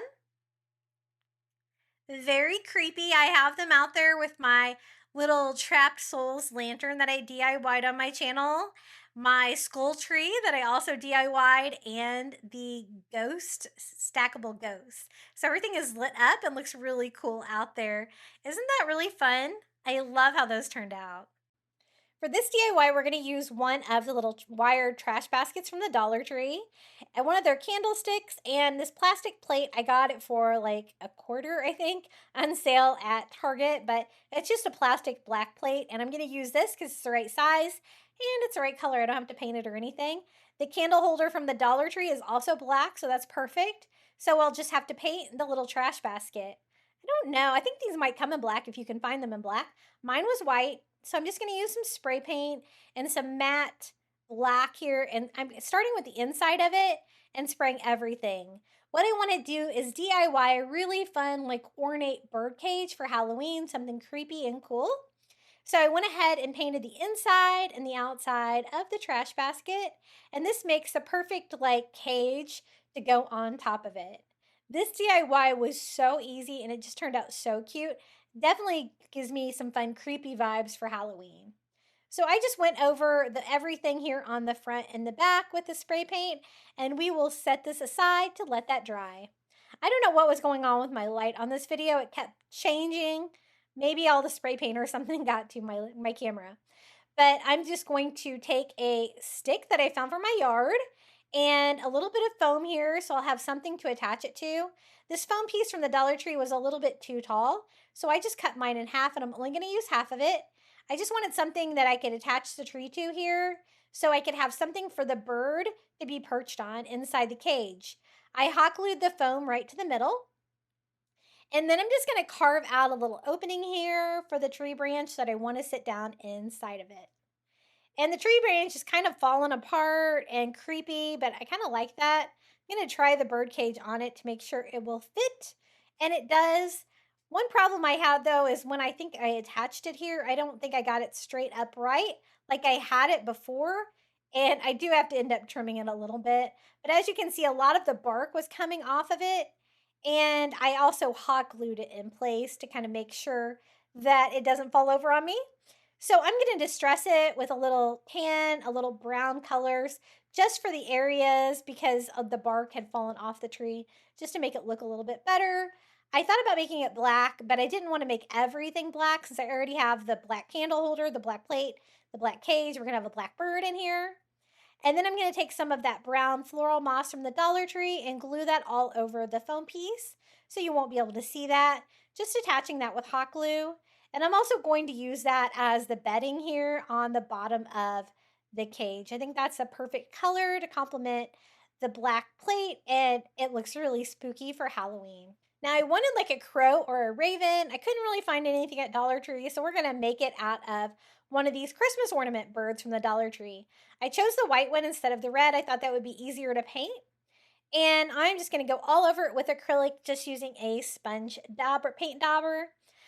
I've tried to spray paint these, I think, in the past, and I think it dissolves them because I think they have a lot of foam on the inside of them. So be wary, use acrylic paint and add it. That's why I didn't paint it at the same time that I painted the trash basket, because I definitely have that memory of that happening. Spray paint and foam just do not mix well. And I just painted all of the feathers, the bird, the beak, everything. And I'm also going to do like a little fancy finial for the top of the cage. I picked up this little wood piece. I think I got like maybe 4 of these in a package from Temu. I thought they were really cute, especially for a little finial, something to raise it up. And of course, I want it to have a Halloween shape on there. So I'm going to use one of the little glitter bats from the Dollar Tree here. It does have a little plastic piece. I pulled it off the clip and I just trimmed off the plastic piece so I can lay that flat there on that little finial. But you could use anything you can find, even like a spool or something like that would be really cute, something around to lift this up. I attached the bat to it with a little bit of hot glue, and I like the black glitter. I think that's going to be a fun little touch to this, and that's going to go on the top of the bird cage. Now our bird is starting to dry. It does have some wires on there on the feet, but I noticed they weren't large enough to go around the twig that I had them on, so I just went ahead and trimmed them off. And we can just attach the little black bird with some hot glue here. I'm going to kind of arrange him where he will fit well in here. And, all birds kind of have a similar shape. So I wanted him to look like a raven or a crow. And I think we kind of got that look with the black bird. Now for the spiders, I'm going to use the little glitter spider clips from the Dollar Tree. That way it will kind of correspond to that little glitter bat we had on top. And we can have a couple of spiders crawling here in the bottom of the bird cage. And I also want it to look creepy. So we'll have like some skeletons too. We'll do some skulls and some bones in there. And I hot glued some of them down. The bones I'm not really going to. I'm just going to kind of lay those in there. These are the Dollar Tree bones. They're a little bit wider this year too, which I loved. I didn't have to paint these or anything. And I'm just going to stack some in there on the bottom to make it even creepier. And I think that looks really cool for a bird cage. So let's go ahead and attach it to the candlestick. I'm going to actually do it upside down like this so I have more area that I can hot glue to that plastic plate. And I'm just going to glue that right to the top. You could always use a charger from the Dollar Tree for the base too. This plate is a little bit smaller though, so it's going to fit this trash basket perfectly for the top. So let's go ahead and attach the finial, our little black glitter bat here. I hot glue that right there in the center. The trash basket's going to be upside down like that to form the cage. And to make sure that that stays on there a little bit better, I'm going to try to hot glue it here from the other side as well, because I want you to be able to lift this on and off without that falling off. And I found that seems to be pretty sturdy. Now, this is when I went ahead to try it on and it no longer fits. I think when it started falling over and I hot glued the stick on, I didn't get it like straight up and down like I had it when I tested it. And I was like, hey, shoot, I tried this and it fit, but no big deal.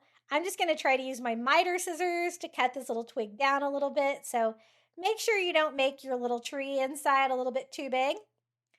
But free materials, straight from my yard, just a stick from my yard. I was able to cut that down without damaging anything else here on the DIY. And you can add whatever kind of creepy things like eyeballs, whatever you can find from the Dollar Tree down there below. But I like the combination of the Halloween items there underneath the blackbird. And some of my bark fell off. I just went ahead and hot glued it back on. It's supposed to look creepy and kind of dead anyway. And this is how it turned out, our little bird cage for Halloween. It was actually really easy to do. If you could find like the black trash basket wired like this, then that would be another step that would speed you up even more. But you can get really creative with it, and it was just so much fun to make, and I think it's going to look really creepy with my Halloween decor. For this DIY, I wanted to make a spell book. So I picked up just a book from the Dollar Tree, and I picked up something with a white cover because I thought that would be easier to paint and decorate. And we are really going to try to customize this and make it look like an old spell book for a witch. There was only writing here on the side. I'm going to try to cover up those raised letters by using a little bit of spackle, and then I can carve out my own letters on that to make it look really haunted and old.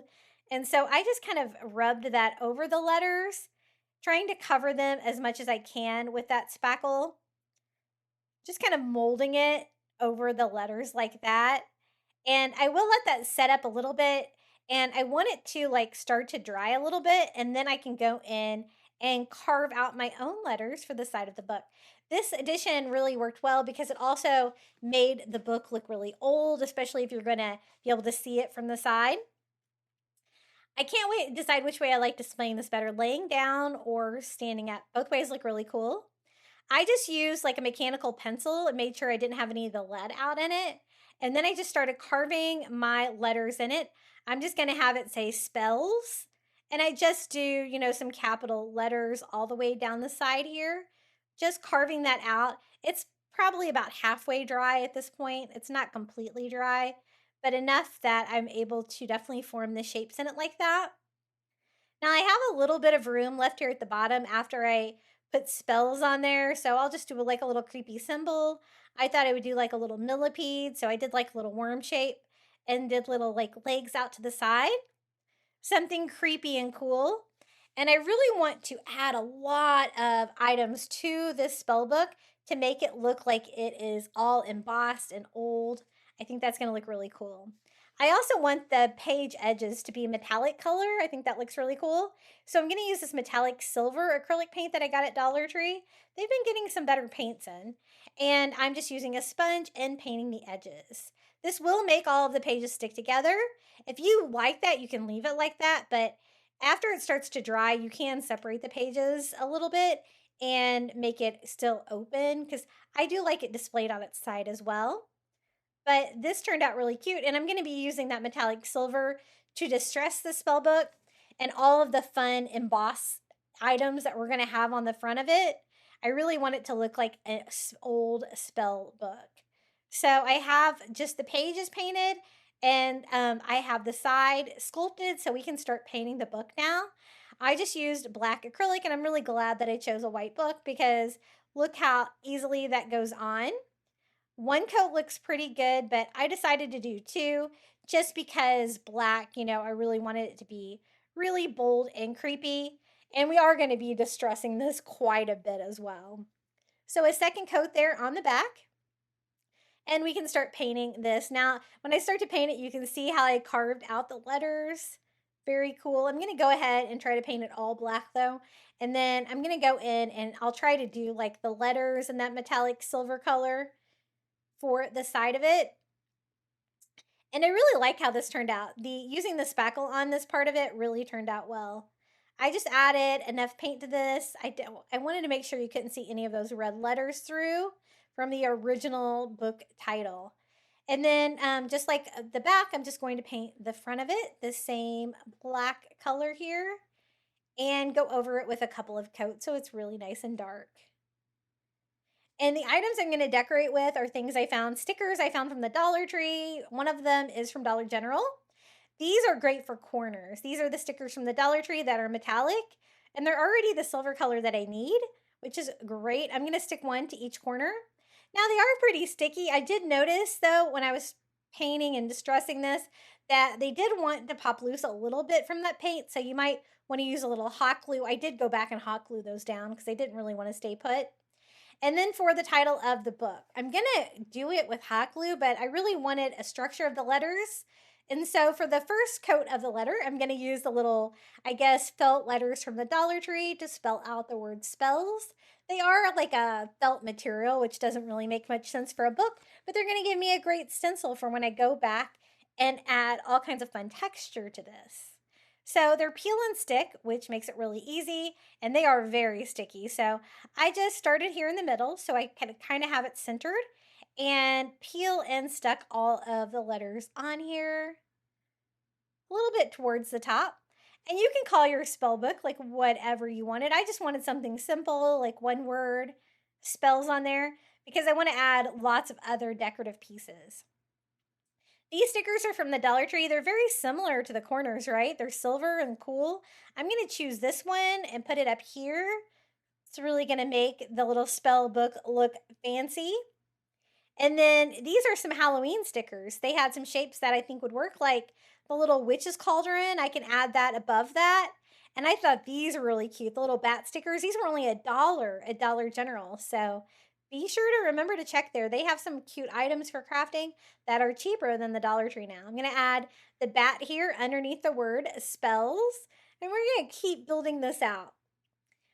I don't think I don't think you can do too much on this one. I think you can just really have fun and create with it. This one had 2 of the little bottles of potion. I'm also going to add like a little witchy candle in there, might or maybe a spider web, and a witch's hat here on the other side to kind of balance it all out. And then I am just going to paint it all black. My plan with that, a lot of it is silver, right? Is that I can wipe some of that away, and I will go back and forth with the black and the silver and just keep distressing it until everything kind of looks very consistent. I tried with a dry brush to kind of wipe off some of the black paint, but I noticed that not a lot of the silver was coming through. And the stickers from the Dollar Tree have multiple colors on them as well. And I really only want them to have black, so I'm definitely going to have to add some more color to those, especially these right here. I found that a paper towel, just dragging that across it, allowed more of the silver cut to come through, but I also have the metallic silver paint that I can use to distress everything as well. So I don't really care if it gets on the back of the book. I'm just trying to distress all of the stickers.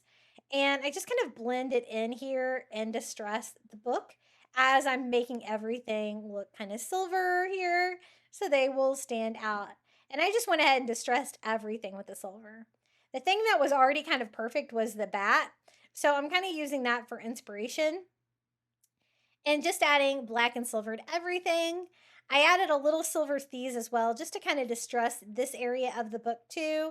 We are going to add some things to those letters so that they're not necessarily just fabric. And then I took the silver and kind of distressed all over. I want this book to look really old, like an old spell book. So the more distressed, the better. The side of the book is kind of distressed with the texture. It makes it look really worn out. But for the front, the distressing, I'm going to get most of that just with paint.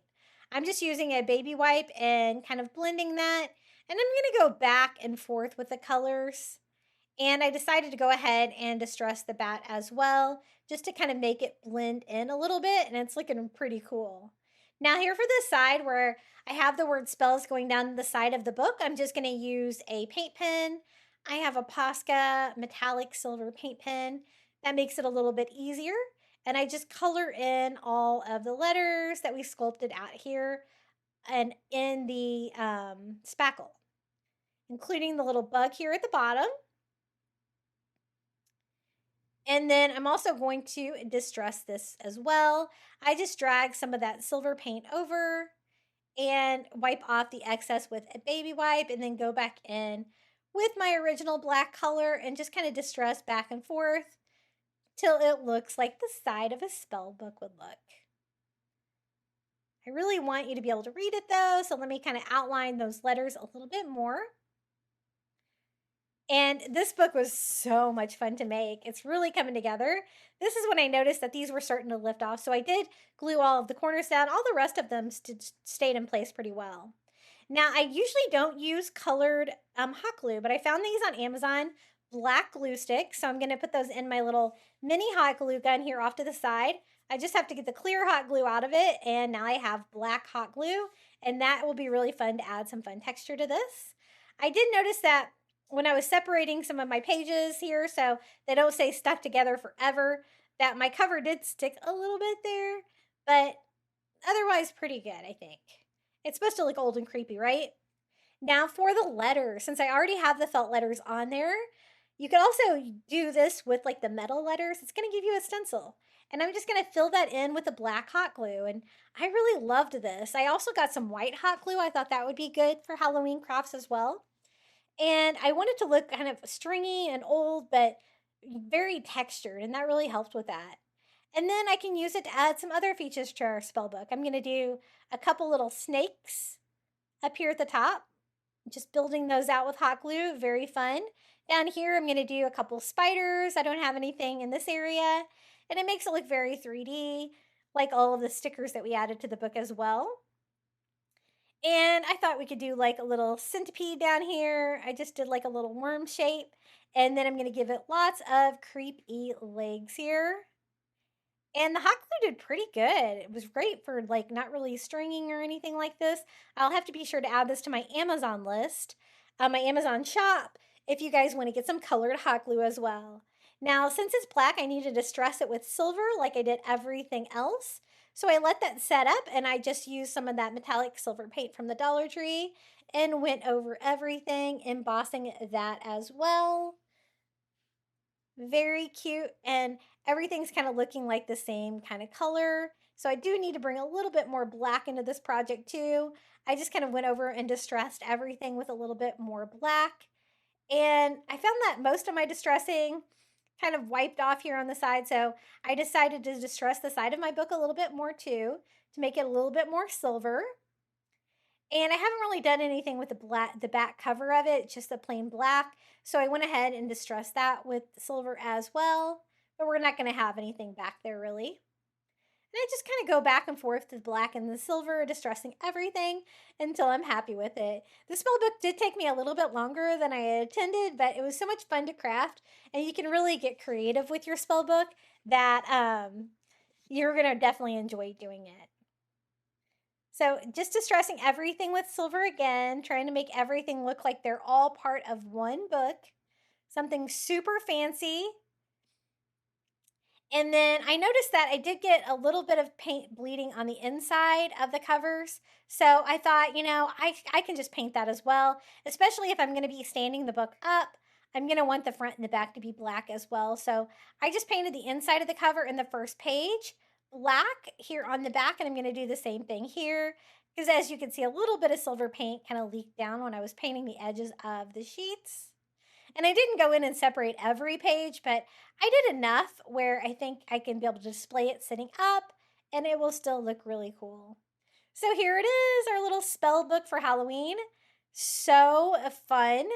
I think it turned out really cool. Very creepy. It definitely looks old and enchanted, I think. And you can use a book like this from the Dollar Tree or an old book that you are kind of done with. You could definitely recycle it into this project. Isn't that so fun? I really had a great time with this. I do have another idea for like another a witchy DIY that I'll have to do probably in the next video. For this DIY, I went and got a stick that had fallen in my yard from a neighbor's tree, and I want to try to make a spooky tree.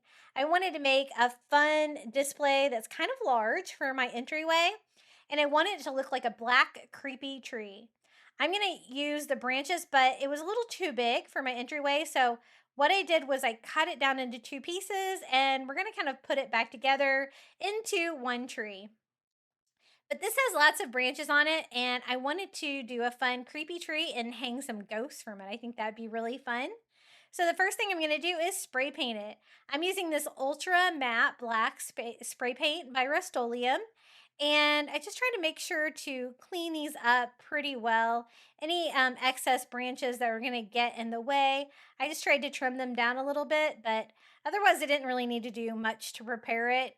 I did try to get like a stick that didn't have a lot of the lichens like growing on it. It does have maybe some, but I think it'll be okay. And I'm just going to spray paint it. I could spray paint about half at a time here in a box on my crafting station. And my crafting station is in my garage, so I am able to spray paint out there easily, which I like because I find spray painting outdoors in Florida, I always have an insect that tries to come and land on my fresh spray paint. Drives me crazy. And I am going to paint this one as well. And such a quick, easy, free way to get like a stick for a tree like this, just to get one from your yard, and then just add a little bit of spray paint to it. I'm going to set these aside and let those dry, and we can start working on the flower pot. This is the one I'm going to use, little flower pot from Dollar General. These like spring, summer items are on sale at 50% off right now at my Dollar General. So these are only 50 cents, so great deal. Now, I was hoping it was like the galvanized metal pots from Dollar Tree where you can use a little bit of the fingernail polish remover to remove the ink on there. And even with a lot of elbow grease, this was not moving. So I was like, okay, it's not going to be able to be metal. So my original plan, I am not going to be able to easily do because this is not coming off with the fingernail polish remover. So I'll do a plan B and we'll just paint it instead. I was going to use a little ghost sticker that I thought would be really cute, but we'll figure out something else to decorate this pot. I decided to use just black acrylic, and I'm just going to sponge that all over the pot. And it did turn out really creepy and cool and was exactly what I was going for with this. I thought maybe if I painted the flower pot black, it would be like too much black because the tree is black and everything, but it actually worked out pretty well. I tried not to do like a lot of orange. I really prefer to do like a black and white color scheme for my Halloween when I'm not doing like the coastal Halloween DIYs. Those always have a little bit of blue in there, but I'm not crazy about orange for Halloween. I really like black and white though. So I'm going to go over this with a second coat because you could still see a lot of the metal coming through, and you could also see the words a little bit coming through. So definitely needed 2 coats of black to cover this up. But for 50 cents, I think this was a really good value. The little foam circles from the Dollar Tree fit perfectly into these flower pots as well.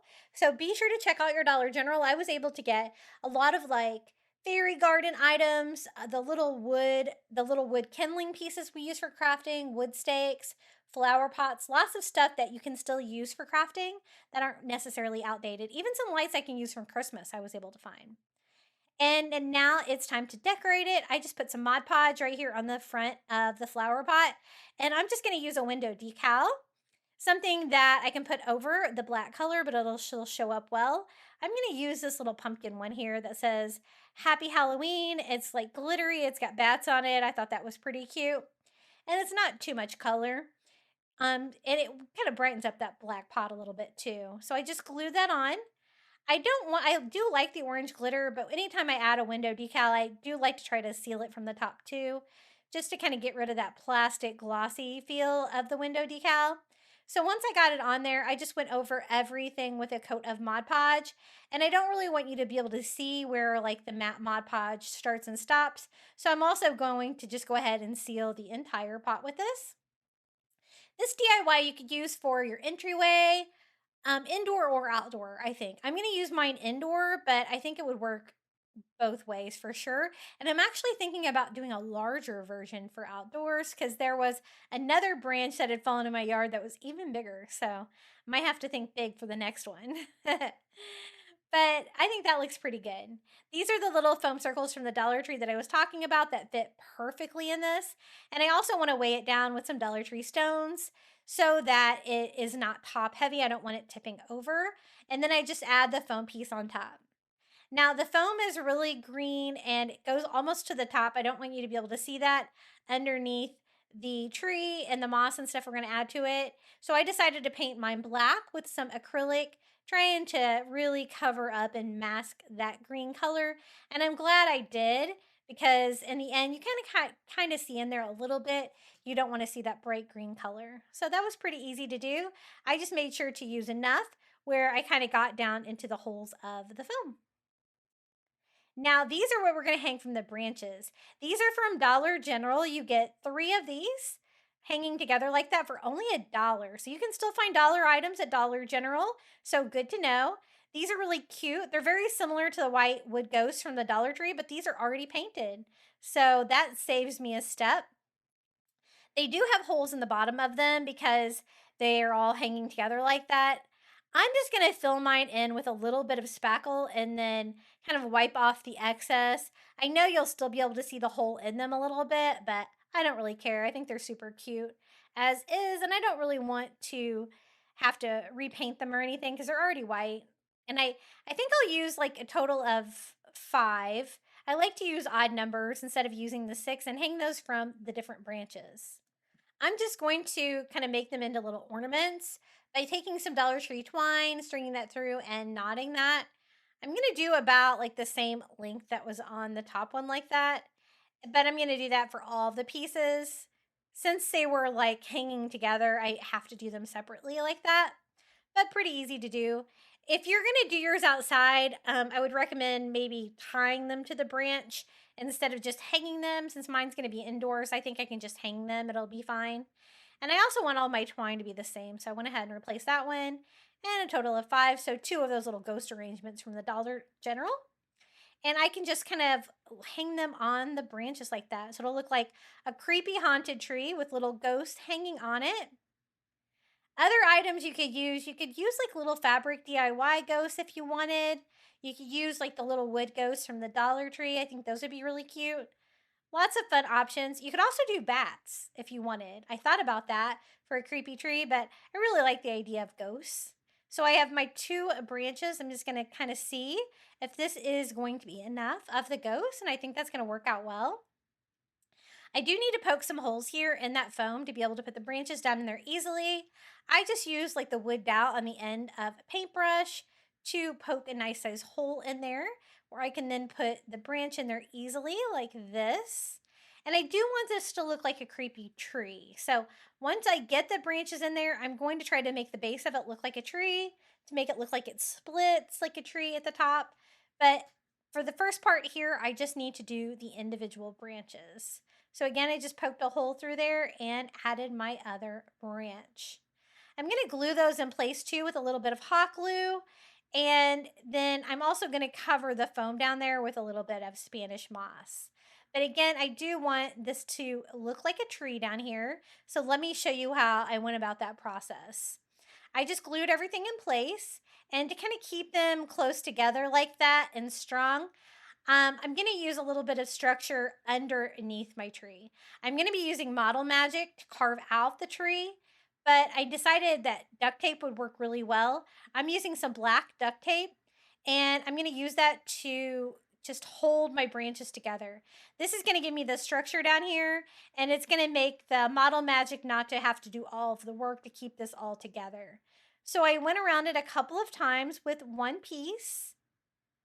And then I went in here with another, kind of doubling that up. I don't want my tree to be too tall, but I definitely want it to be visible here from the bottom. And so I wrapped it with a little bit more duct tape. And that seemed to work pretty well. My branches definitely want to stay in place. And then this is the Model Magic we're going to use. You can get this at Dollar Tree or Dollar General. This is just the white one, and you can paint it, so it doesn't really matter what color you get. I'm going to need 2 packages. This is considered a toy, I think, at Dollar Tree, so it's probably $1.50 now. I've always been able to get it for $1 at Dollar General, but when I bought it there the other day, I did notice they did raise the price to $1.25, but still inexpensive. I just wrapped that around like that, just kind of molding that there for the base of my tree, but it's not quite tall enough, so I definitely need to add more to it. So this is my second package. And the great thing about this, it's going to dry to like a hard foam. But you can paint it while it's still wet and stuff like this, and you can even texturize it and stuff like that too. It's very consistent to like almost like a Play-Doh material. So I wrapped around my second package there, making my tree a little bit taller. I'm also going to kind of push it down there in between the 2 branches to kind of make it look like it like kind of split right there at the top. And I'm also going to texturize this a little bit before we paint it. And I think that that looks pretty good. That's kind of the look I was going for. At first, I just took a popsicle stick and I kind of took that around, dragging that through. I was trying to give like the appearance of an old, weathered, dead tree a little bit, but I found that it needed a little bit more. So then I went in there with like a Cricut weeder and I just kind of scratched it all over to give it that texture of a tree. Now that I have it textured, I can go ahead and paint it. I'm just using some black acrylic paint and I went all over. Now, I did notice that when this dried the next day, you could see a little bit of the white in the cracks, which I kind of liked because it kind of made the tree look old and dead and distressed, which was the look I was going for in the first place. So I just went ahead and painted one side, and we're going to go back in with another. And I know I have a lot of black there with the black pot, the black foam, the black tree, but we are going to add some Spanish moss to it. So that is going to break up all of that black a little bit. But I got a pretty seamless transition there up into my branches. And then, of course, the Spanish moss, I just take a little and put it all over here at the bottom. I didn't glue it in or anything. If I were going to put that outside, I might glue that in to make sure it stays in place. But I think that's going to work really well for my entryway. And let me show you how it turned out. It's really nice and tall, as you can see. And we have all of our cute little ghosts hanging in our black haunted tree. If you wanted to go over it with some black glitter as well, I think that'd be really cute. But I kind of like the matte finish of it. It really kind of goes with my decor there in my entryway. And this is how it turned out, our little spooky tree. For this DIY, I wanted to take one of the little plant cloches from the Dollar Tree, a little bell cloche. They're made out of very thin plastic. A plate that I got on sale for like 20 cents, I think, at Target, just a plastic plate. and I wanted to make a spider nest in this on display. Now the tags on these are extremely tricky because I can't use my heat gun because it melts the plastic because it's thin plastic, but I need to kind of get it started here. So what I did was I used my heat gun from a distance so I wouldn't melt the plastic just to help me be able to pull this off. I've seen somebody use a space heater. That might be a good way. I didn't have a space heater available, but way to gently heat this up a little bit. Once I get this off, I'm not too worried about the residue because I can always get that off. I just didn't want to dent the little bell cloche because these are very thin from the Dollar Tree, but it's a very inexpensive way to get a large cloche using Dollar Tree supplies. So I used a little Goo Gone on here, and I tried rubbing it off with a paper towel, but it's quite a bit of adhesive and I definitely don't want to damage the thin plastic. So I'm going to spray some more on there and set that aside, and hopefully that adhesive will dissolve. Now for the plate, this is just a plastic plate I got on clearance at Target. It's not even the right color, but we can paint it. I'm just going to remove the tag here from the bottom. The reason I wanted just the plate size instead of the charger from the Dollar Tree is because it's the same size as the bell cloche. So I think this will work perfectly. I'm going to spray it with some spray paint and some black ultra matte here. And I'm also going to spray the bottom because you might be able to see the bottom and from the sides here. So I just do a quick coat of spray paint on that and hoping it doesn't take forever to dry with my humidity. But I'm going to flip that over and spray paint the top of it.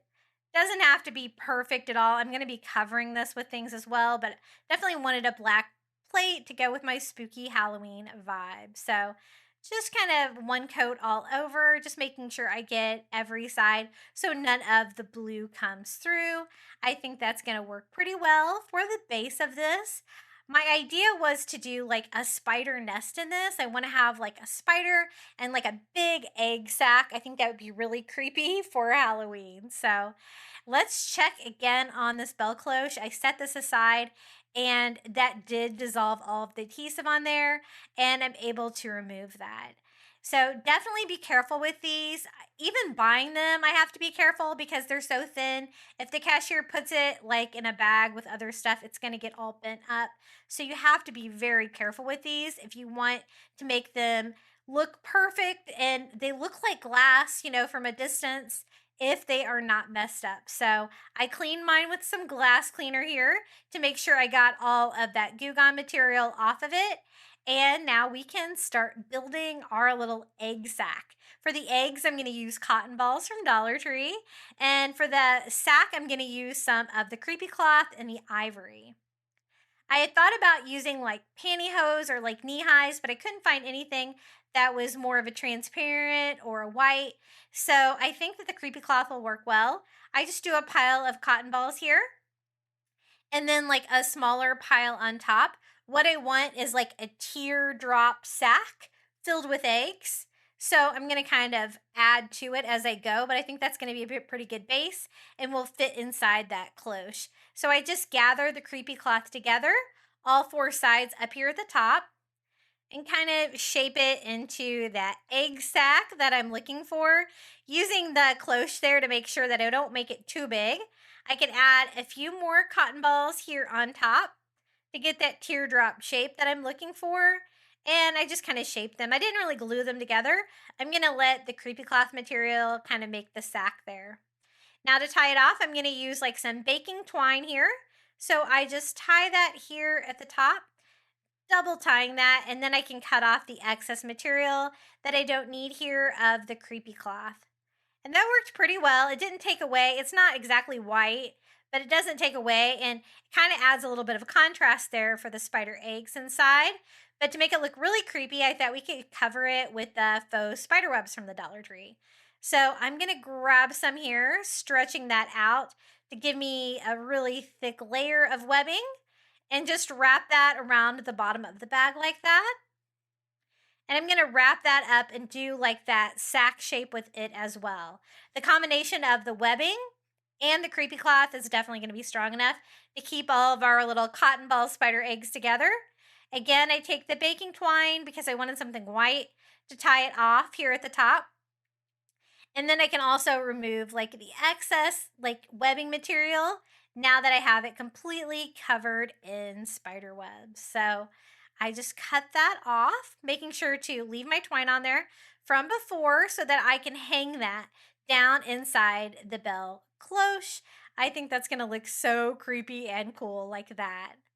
Yep, I think that's going to fit. I thought it'd be really cool to put spiders all over, so I'm going to use these little plastic spiders that I got on Amazon. This time I'm going to make it look like baby spiders hatching out of the eggs. So I'm going to put them all over, just trying to catch their little feet in the webbing so that they will stay attached. Really no need to glue them on. But I do want spiders to be all over this because it's going to be kind of the star of this little Halloween cloche. And I want it to look really creepy. So even on the bottom, I added some of the baby spiders, and then I can tie that. There is the opening on the top of the cloche, and it has 2 holes in it, so I can kind of take advantage of that to tie this right in the center, and it will center it as well. So I just pull the twine through one, pull it through the other, and the top of it has that black plastic clip on there that opens and shuts it, and that is perfect because that's perfect color for Halloween. I am just tying that to the very top. I don't have a lot of room, so I'm tying it as high as possible so I can still put like a big giant like mother spider underneath of it. I think that will be really creepy. And I just cut off the excess twine so it hangs down just like that. Super fun. Now for the mom spider, I wanted a larger fuzzy spider. The only ones I could find at my Dollar Tree were the brown ones, but that's okay. They're pretty easy to paint. I wanted all my spiders to be the same color, so I'm just going to paint this one black. I just went in with a foam brush and painted the body, the legs. I even kind of painted underneath of it as well because I don't want any of the brown coming through. They have a larger spider, but I don't think it would fit in this little cloche. It's the size of just a regular size, dinner plate, so it's not really big. But it's definitely an inexpensive way to make a cloche DIY without having to buy an expensive glass cloche for sure. And I think it might, I don't know if I've used it before on my channel. But I really love how it turned out. I think it's so spooky. So again, I just painted the entire spider black, including underneath, so you can't see any of that brown through there. For the bottom of this, I'm going to use a little bit of Spanish moss, and I'm going to do mainly the plate here because the lip of the cloche is going to do the edges, so I really only have the middle of the plate to decorate. But I thought the Spanish moss would give a creepy nest-like pattern here. It'll break up some of the black. I didn't want to just sit like a black spider on the black plate. You wouldn't be able to see it very well. So the Spanish moss really helps provide a little bit of contrast. And I also, of course, want some more spider web. So I took some more of that faux spider webs from the Dollar Tree and just made a little airy piece of it where I can kind of spread that all over the moss. And I think that looks really creepy. Now we can add our large mother spider right here to the bottom of the cloche. So the bottom is decorated as well. And then I'm going to do some of the medium-sized spiders. These are the little spiders from Amazon, the large ones. And I'm just going to kind of scatter some of those around in the moss as well. So we have baby spiders, kid spiders, and a mama spider. I add the cloche to the top. You can kind of spin it if you need to. And this is how it turned out. I think it's so creepy and cool. Let me show you how it turned out. Very fun. Fun story. We just went to Canada over summer break, and they had a giant spider that we saw there that had eggs hanging underneath of it. And it kind of inspired me. It was really creepy and cool to make this little spider egg sack cloche. I think it's so fun. This Halloween DIY, I'm going to use the stacking skull tree from the Dollar Tree.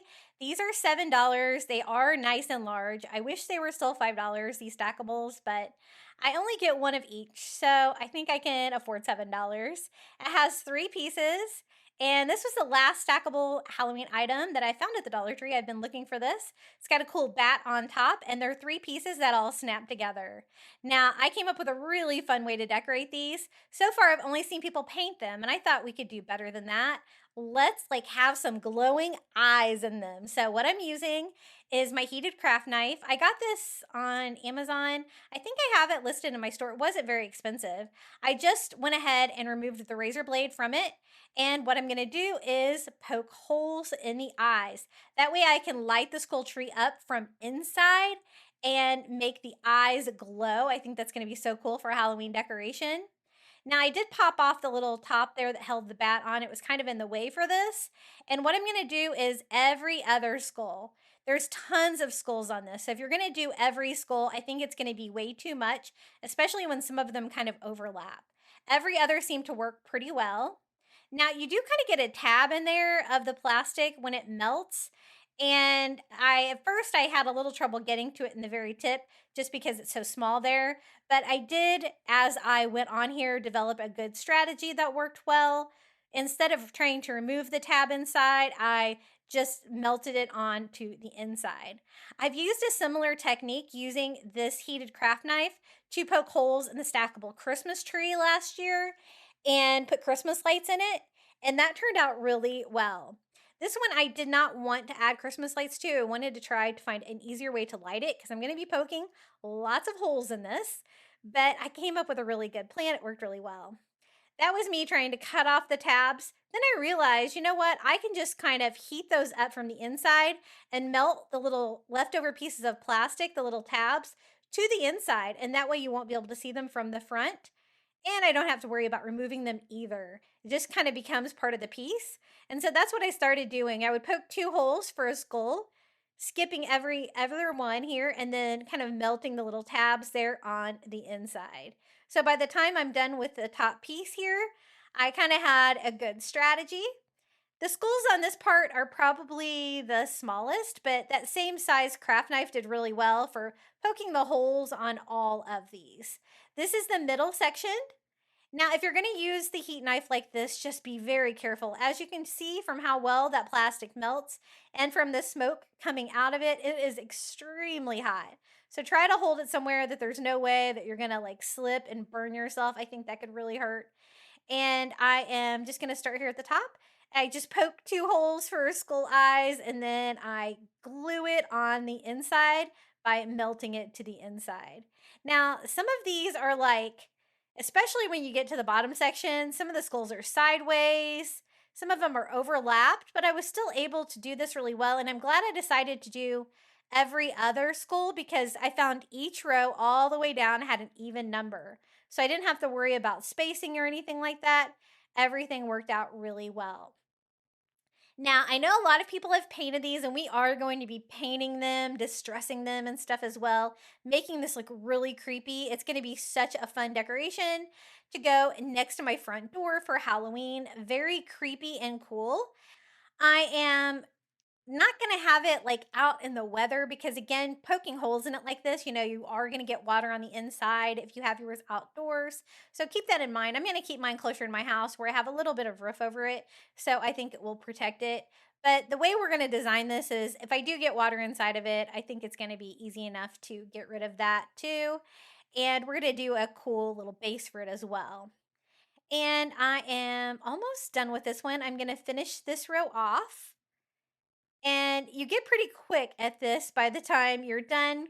And as you can see, the skulls on this bottom section are even bigger, but just poking that hole like right in the center, you still get that great look. My plan was to be able to put like a really bright light from the Dollar Tree inside one light that's going to illuminate all of these eyes. And I think that's going to be a lot easier. At first I had thought about like stringing like some purple or green or something light in there, like some Halloween lights, but really it would be a lot of strings of lights because as you can see, there's so many skulls on this. But if you wanted to, I think it would work. But I wanted to try probably the easiest way, most cost-effective way, especially since these are $7. And I just keep poking these along. As you can see, there's some that are stacked. You can usually tell until you get down to like the second row from the bottom there's like a row that doesn't go all the way around, but I still had an even number, and so it still worked. And even if they overlapped each other, I was able to, melt a hole in there pretty easily. When I got to this point, I did have a little bit of plastic kind of dripping off my knife a little bit there. So I just tried to let that harden up. I could pop that right off. But I'm so glad I decided to poke the holes in it because it made the project so much cooler. I mean, I think it would light up a little bit if you didn't have the holes poked out, but for the eyes, but it's definitely going to really illuminate well with all these eyes. My plan is to distress these. I want to make the skulls look really old, kind of like catacomb vibes, really kind of creepy but fun. And I love decorating for Halloween. I'll have lots more Halloween DIYs coming up for you. I have so many DIYs left over from the last several years on my channel. I told my son that I can probably decorate his house at college too. And I am going to finish this up. I think that looks pretty good. I think I've got them all. I've got all of the tabs glued down and they all look pretty clean. The perfect circle, that craft knife is perfect for this. I don't know how else you could easily poke all those holes in there. I guess you could drill them. I don't know though. I don't know. The plastic's pretty sturdy. You might be able to do that. And so I'm going to mix some brown, some burnt umber acrylic with some black. And I'm just using a sponge and I am going all over the skull very kind of aggressively. I want to get it down in between the cracks in between all of the skulls and stuff like that to make those really dark. And we will come back with like some lighter colors. You could also use like a brown spray paint for this if you wanted for the first coat to be able to get down into the grooves, but the acrylic paint worked pretty well. Once I got it on there, I am taking just a rag, a cloth rag, and just rubbing that to kind of leave the darker colors in the eyes that are still part of it and the little cracks in between, but also distressing all of the skulls as we go to make it look old and creepy. And I think that the cloth worked really well because I don't want to take all of that paint off. That plastic is pretty slick and stuff like that. And the cloth did a really good job of leaving a lot of the paint on there. So that is our first piece. Let's go ahead and do the same with the second. I like these stackable pieces from the Dollar Tree to DIY with.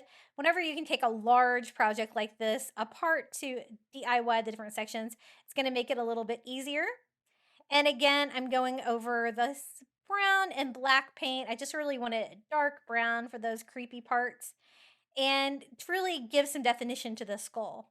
I was thinking these could be painted a little bit better instead of just white plastic, especially with that price increase. They could paint these a little bit better, but that's okay. Most of us crafters are going to paint them anyway, I guess.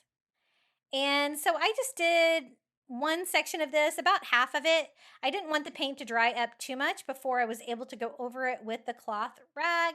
And that rag is just one of the like little hooded baby towels from the Dollar Tree.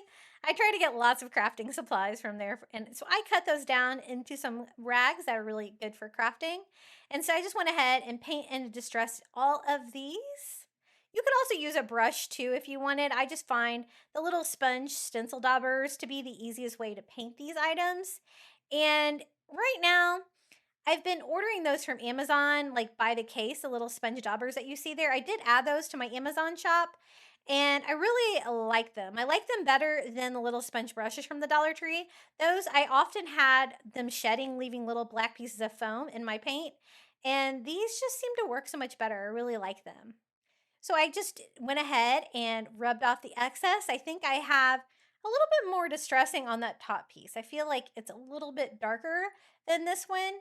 Larger piece, I was kind of going faster, especially when rubbing off the excess paint. But I'm just going to kind of touch it up here and there. And you can always add more distress if you wanted to. So I just went over mine to give it one more thin coat. And then this time I kind of blotted it. Instead of like rubbing it, I blotted it with that rag. And that left more of the color on there to give this really creepy effect to Lage it. And I think that looks way better. So one more piece. This is our largest piece. We're going to go ahead and do the same thing here. I'm also going to use that same brown and black mixed together to distress the bottom of it. If you wanted a little texture on yours, you could add some baking soda to your paint too. I didn't do that on this one, but I think that will look really creepy too. It would give it a textured skull look. I was just really wanting to bring out all of the details. As you can see, they have like little creepy mouths. They're kind of cool. And that dark paint gets down into those. It also gets down into the eyes and the nose and stuff like that. It also kind of distresses around the rings of all of the pieces that I had cut out the eyes. So for the bottom, I did about a third at a time here because again, I don't want my paint to dry before I have a chance to kind of go over it. But this time, instead of kind of like rubbing off the excess paint, I'm trying to blot it a little bit to make sure more of the paint stays on there. I don't want to rub it all off. And one thing about using the sponge is you can really kind of get it down into those little grooves in between the different skulls and stuff like that, which is really where I wanted that dark color.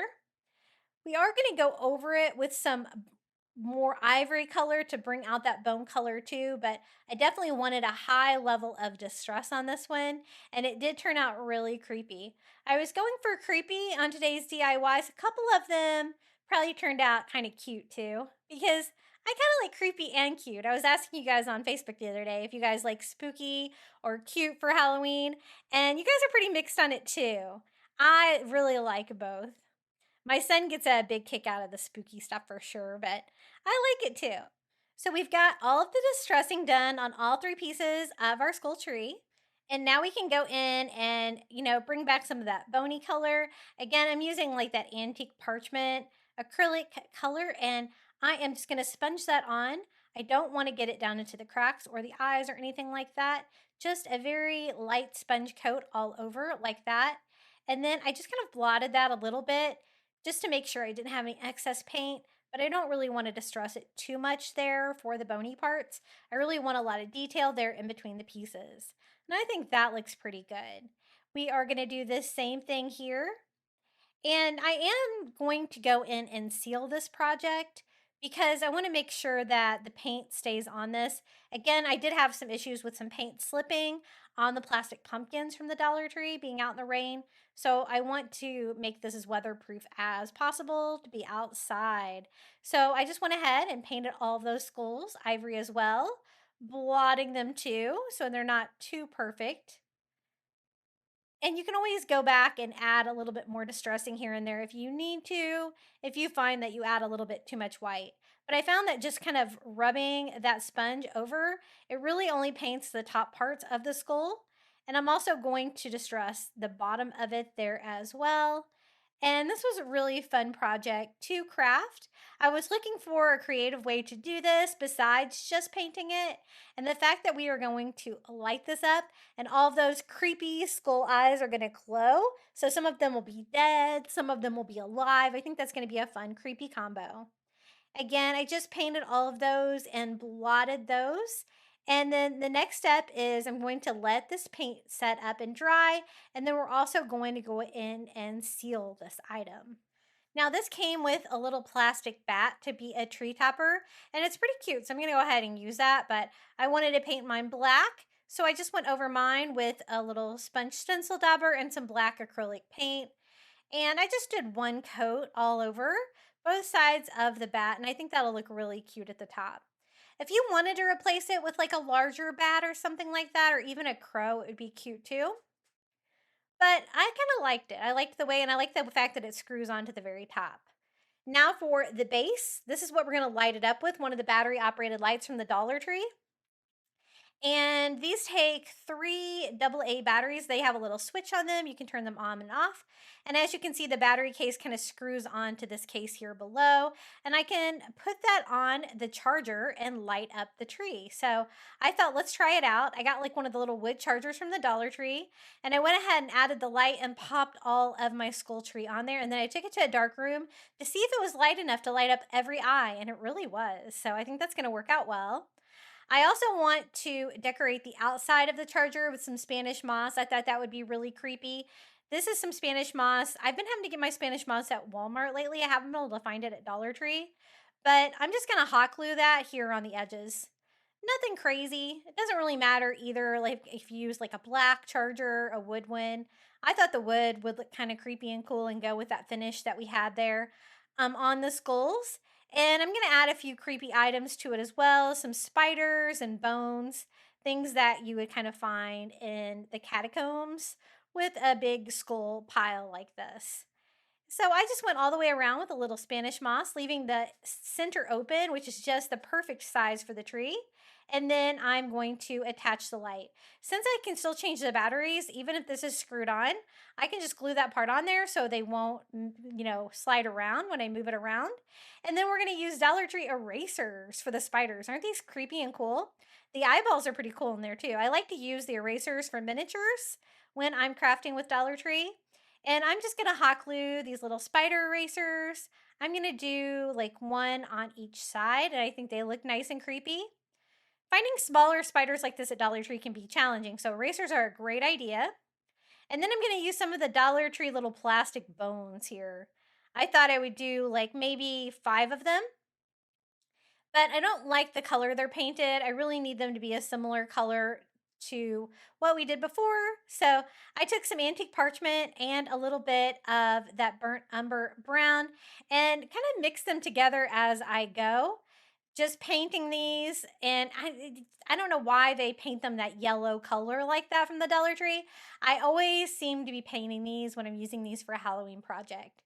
But this way they'll look older and more like bones and match our skulls better. So that's a fun thing you could add. If you had like any other kind of like black, creepy little snakes or stuff like that, or even mice, that would be creepy down here too. And the Spanish moss, I think, gives it a cool effect too. So I just went ahead and painted both sides. I don't want any of that yellow color coming through once I attach those. And then I just kind of blotted mine with a paper towel.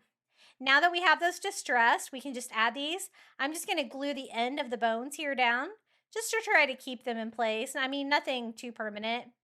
But I think this is going to be a nice way I can just lift the tree up. I can turn the switch on to be able to turn it on and off. If you had something with a timer, that would be even better, but Dollar Tree items, you usually can't find anything with a timer, and at least inexpensive. So I'm going to just use that $1.25 light. And I just put the little plastic screw back in there so that we can screw the little bat that we painted back on the top of our skull tree. Now that we have it all DIY'd, and then we're gonna seal it. I did not want a gloss. I want that creepy matte finish, so I'm using this, a matte, and this is gonna make it waterproof. It's gonna make it UV resistant, and so hopefully it will make it, hold up outside better. And so I just went ahead and sealed one part at a time.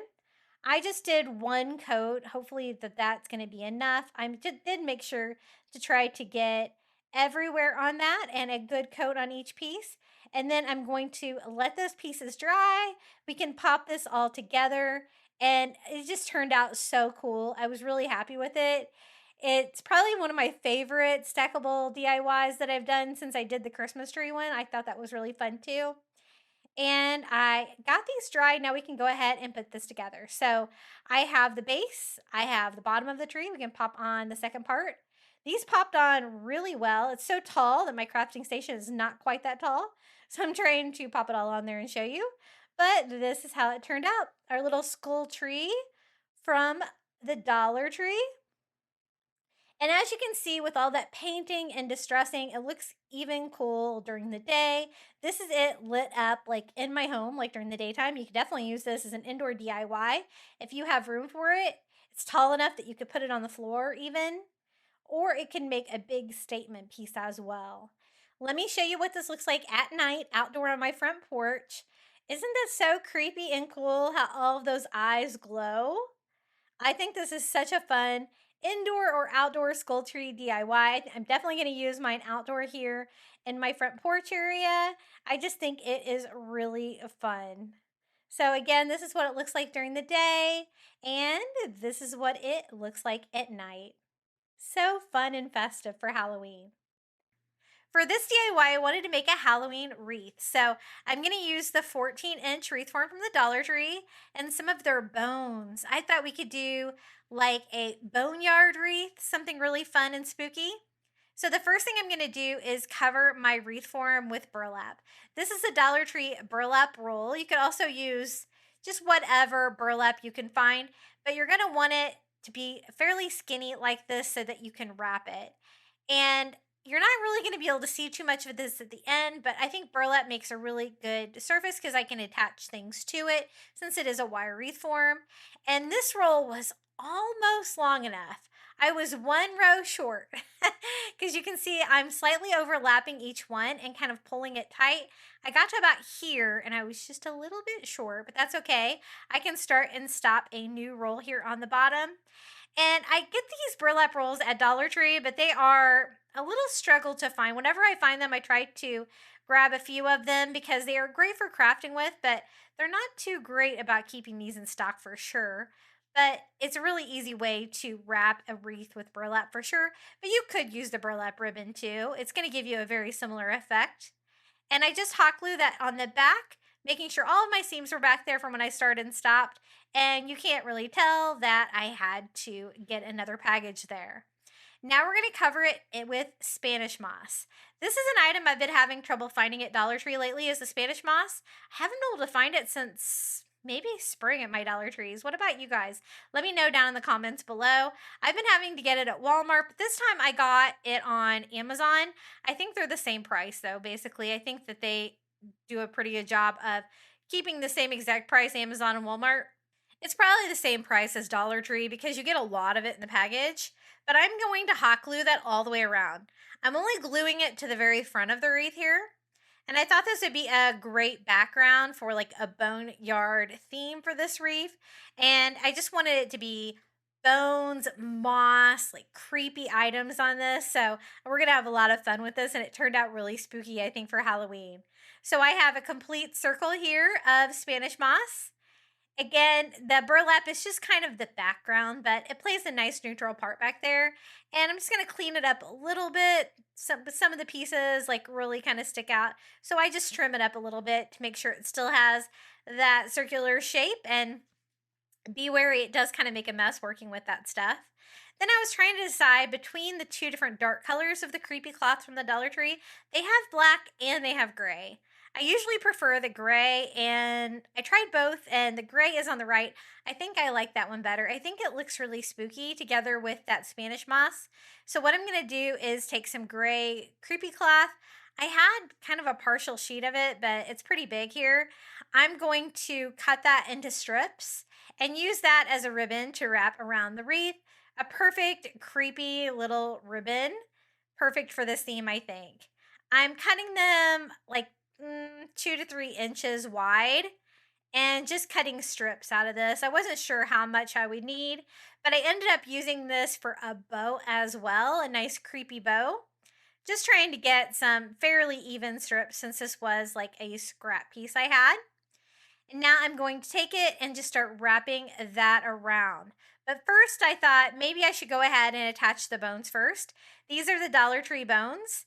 This year they're a little bit better color than they usually are. A lot of times they're really tan. This year I think they're a little bit more of a bone color, so I don't need to paint them, so that is great. I'm just going to glue them on, and I think I'll alternate like large ones and small ones all the way around, just having them like go like different directions, random, like they are sitting down in the moss, like for a boneyard here. And just kind of random, I'm trying to space them out a little bit so I have room to wrap that creepy cloth around. And we're going to add some other fun creepy items to this as well as that bone creepy word you can kind of see off there to the side. That is also from the Dollar Tree. I think that's going to be perfect for a wreath. So I think that looks pretty good. I used a total of 8 bones, 4 of the large ones, 4 of the smaller ones. And now we can take that creepy cloth and start wrapping it around the wreath. I'm going to attach it to the back just like you would do kind of like with a ribbon when you're wrapping it around. You do have to kind of spread this out and be careful with it because it's such a fine like material.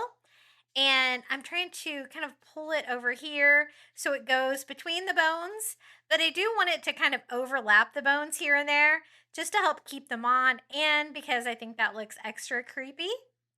I'm just going to go around with the strip until I have enough to kind of start and stop on the back of it. Again, kind of spreading it out like that. And I really like the combination of all of the items so far. The burlap with the Spanish moss, the creepy cloth, the bones. It's looking so spooky. And again, I'm just going to start and stop here on the back, continuing that all the way around. I also thought I could add like spider webs and spiders to this too. That would definitely go with the Halloween creepy factor and would work well for a boneyard too.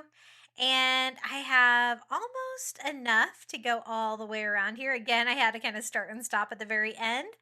The 14-inch wreath form must be kind of an in-between size for me. And so again, I just start and stop and finish wrapping this around.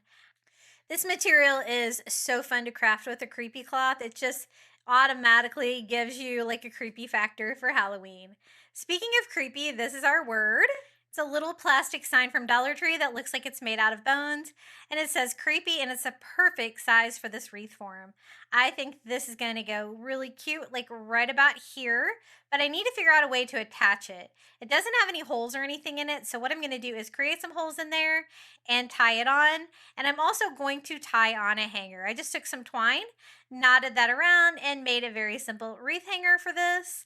I can kind of work that down in between the Spanish moss and the creepy cloth too, so it's not super noticeable.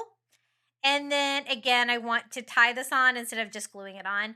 I'm going to use my heated knife. I got this on Amazon, and if you take the blade off of it, it gives you just a round heated tool. Be very careful with it. It's definitely hot, but it's great for making holes and things like this from the Dollar Tree that is made out of plastic.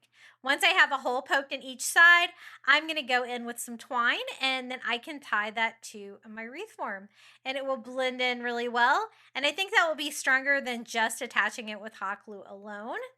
And so I just tied that here on and kind of double knotted that to the back, and I'm going to do the same thing over here.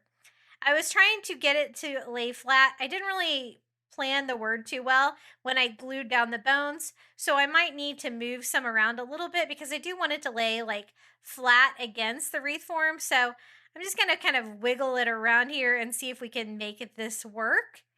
But I went ahead and tied this on over here, and making sure that my knots are just here on the back and I can cut off the excess material.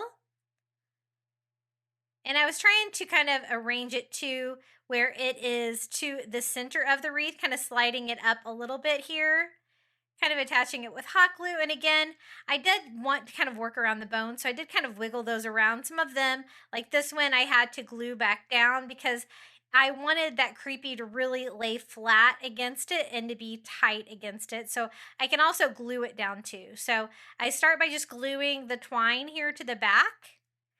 And then I can also glue some of the letters too, so it stays flat against the wreath form. I just glued the bottom of the C and the Y. Now it's time for some spider webs. I probably should have done this before I attached the creepy, but that's okay. This is pretty easy to work with. The fake spider webs from the Dollar Tree. Just kind of take a little piece of it and spread that out.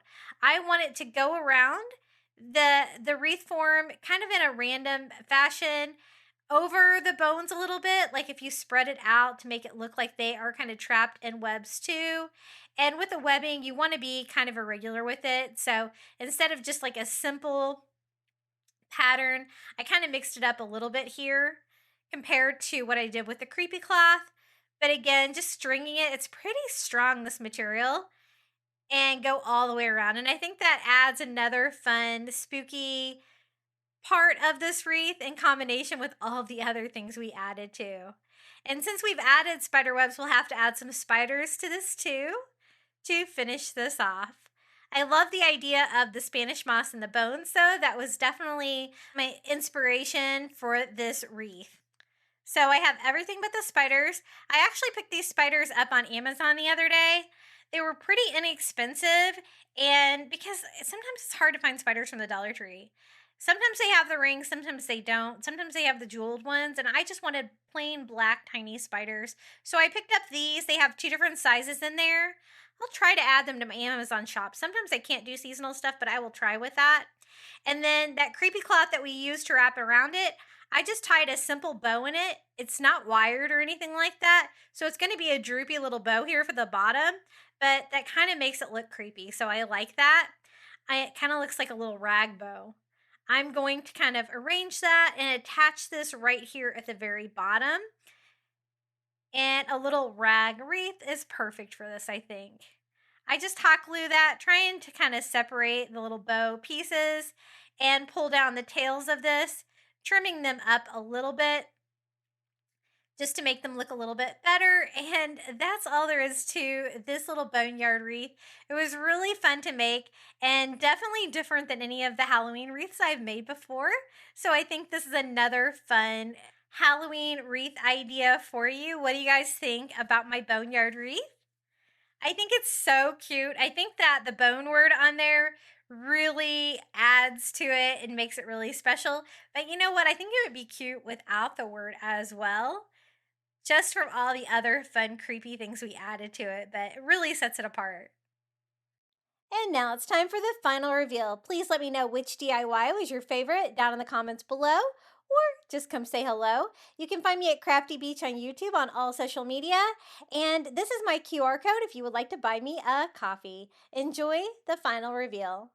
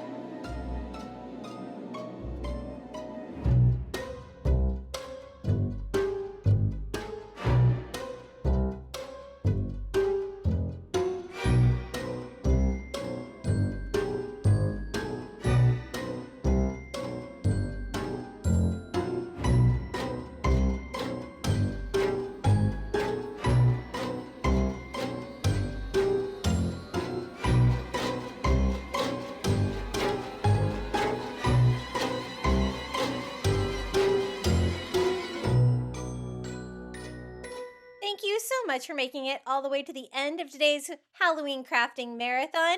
I'd also like to thank my YouTube members for supporting my channel. Thank you so much to Melinda Elizabeth, Jamie Job, Janae Farrington, Pamelia Wren, Donna Schreiner, I Am Mojo Jojo, Maren Christensen, Adrian Brolt, Debbie Middleton, Donna Tanner, Kim Rogers, Red Mama, Pal Puppy Life, Renee Albanese, Mindy Hupp, Ginny, and Debbie Austin. I really appreciate each and every one of you. Membership is a quick way to support your favorite creator on YouTube. If you would like to become a Crafty Beach Bum member, all you have to do is hit the join button on your phone or your computer next to today's video. You're going to get early ad-free access to my content here on YouTube, a badge next to your name, and a shout out in every video, and you're free to cancel at any time. And I'd also love to see what you've been crafting. Be sure to share your DIYs with us. And we have a Facebook group just for that. The link is in the description of today's video. If you would like even more crafting inspiration for Halloween, I've got more. Be sure to check out one of these DIY videos right here. And until next time, happy crafting for Halloween.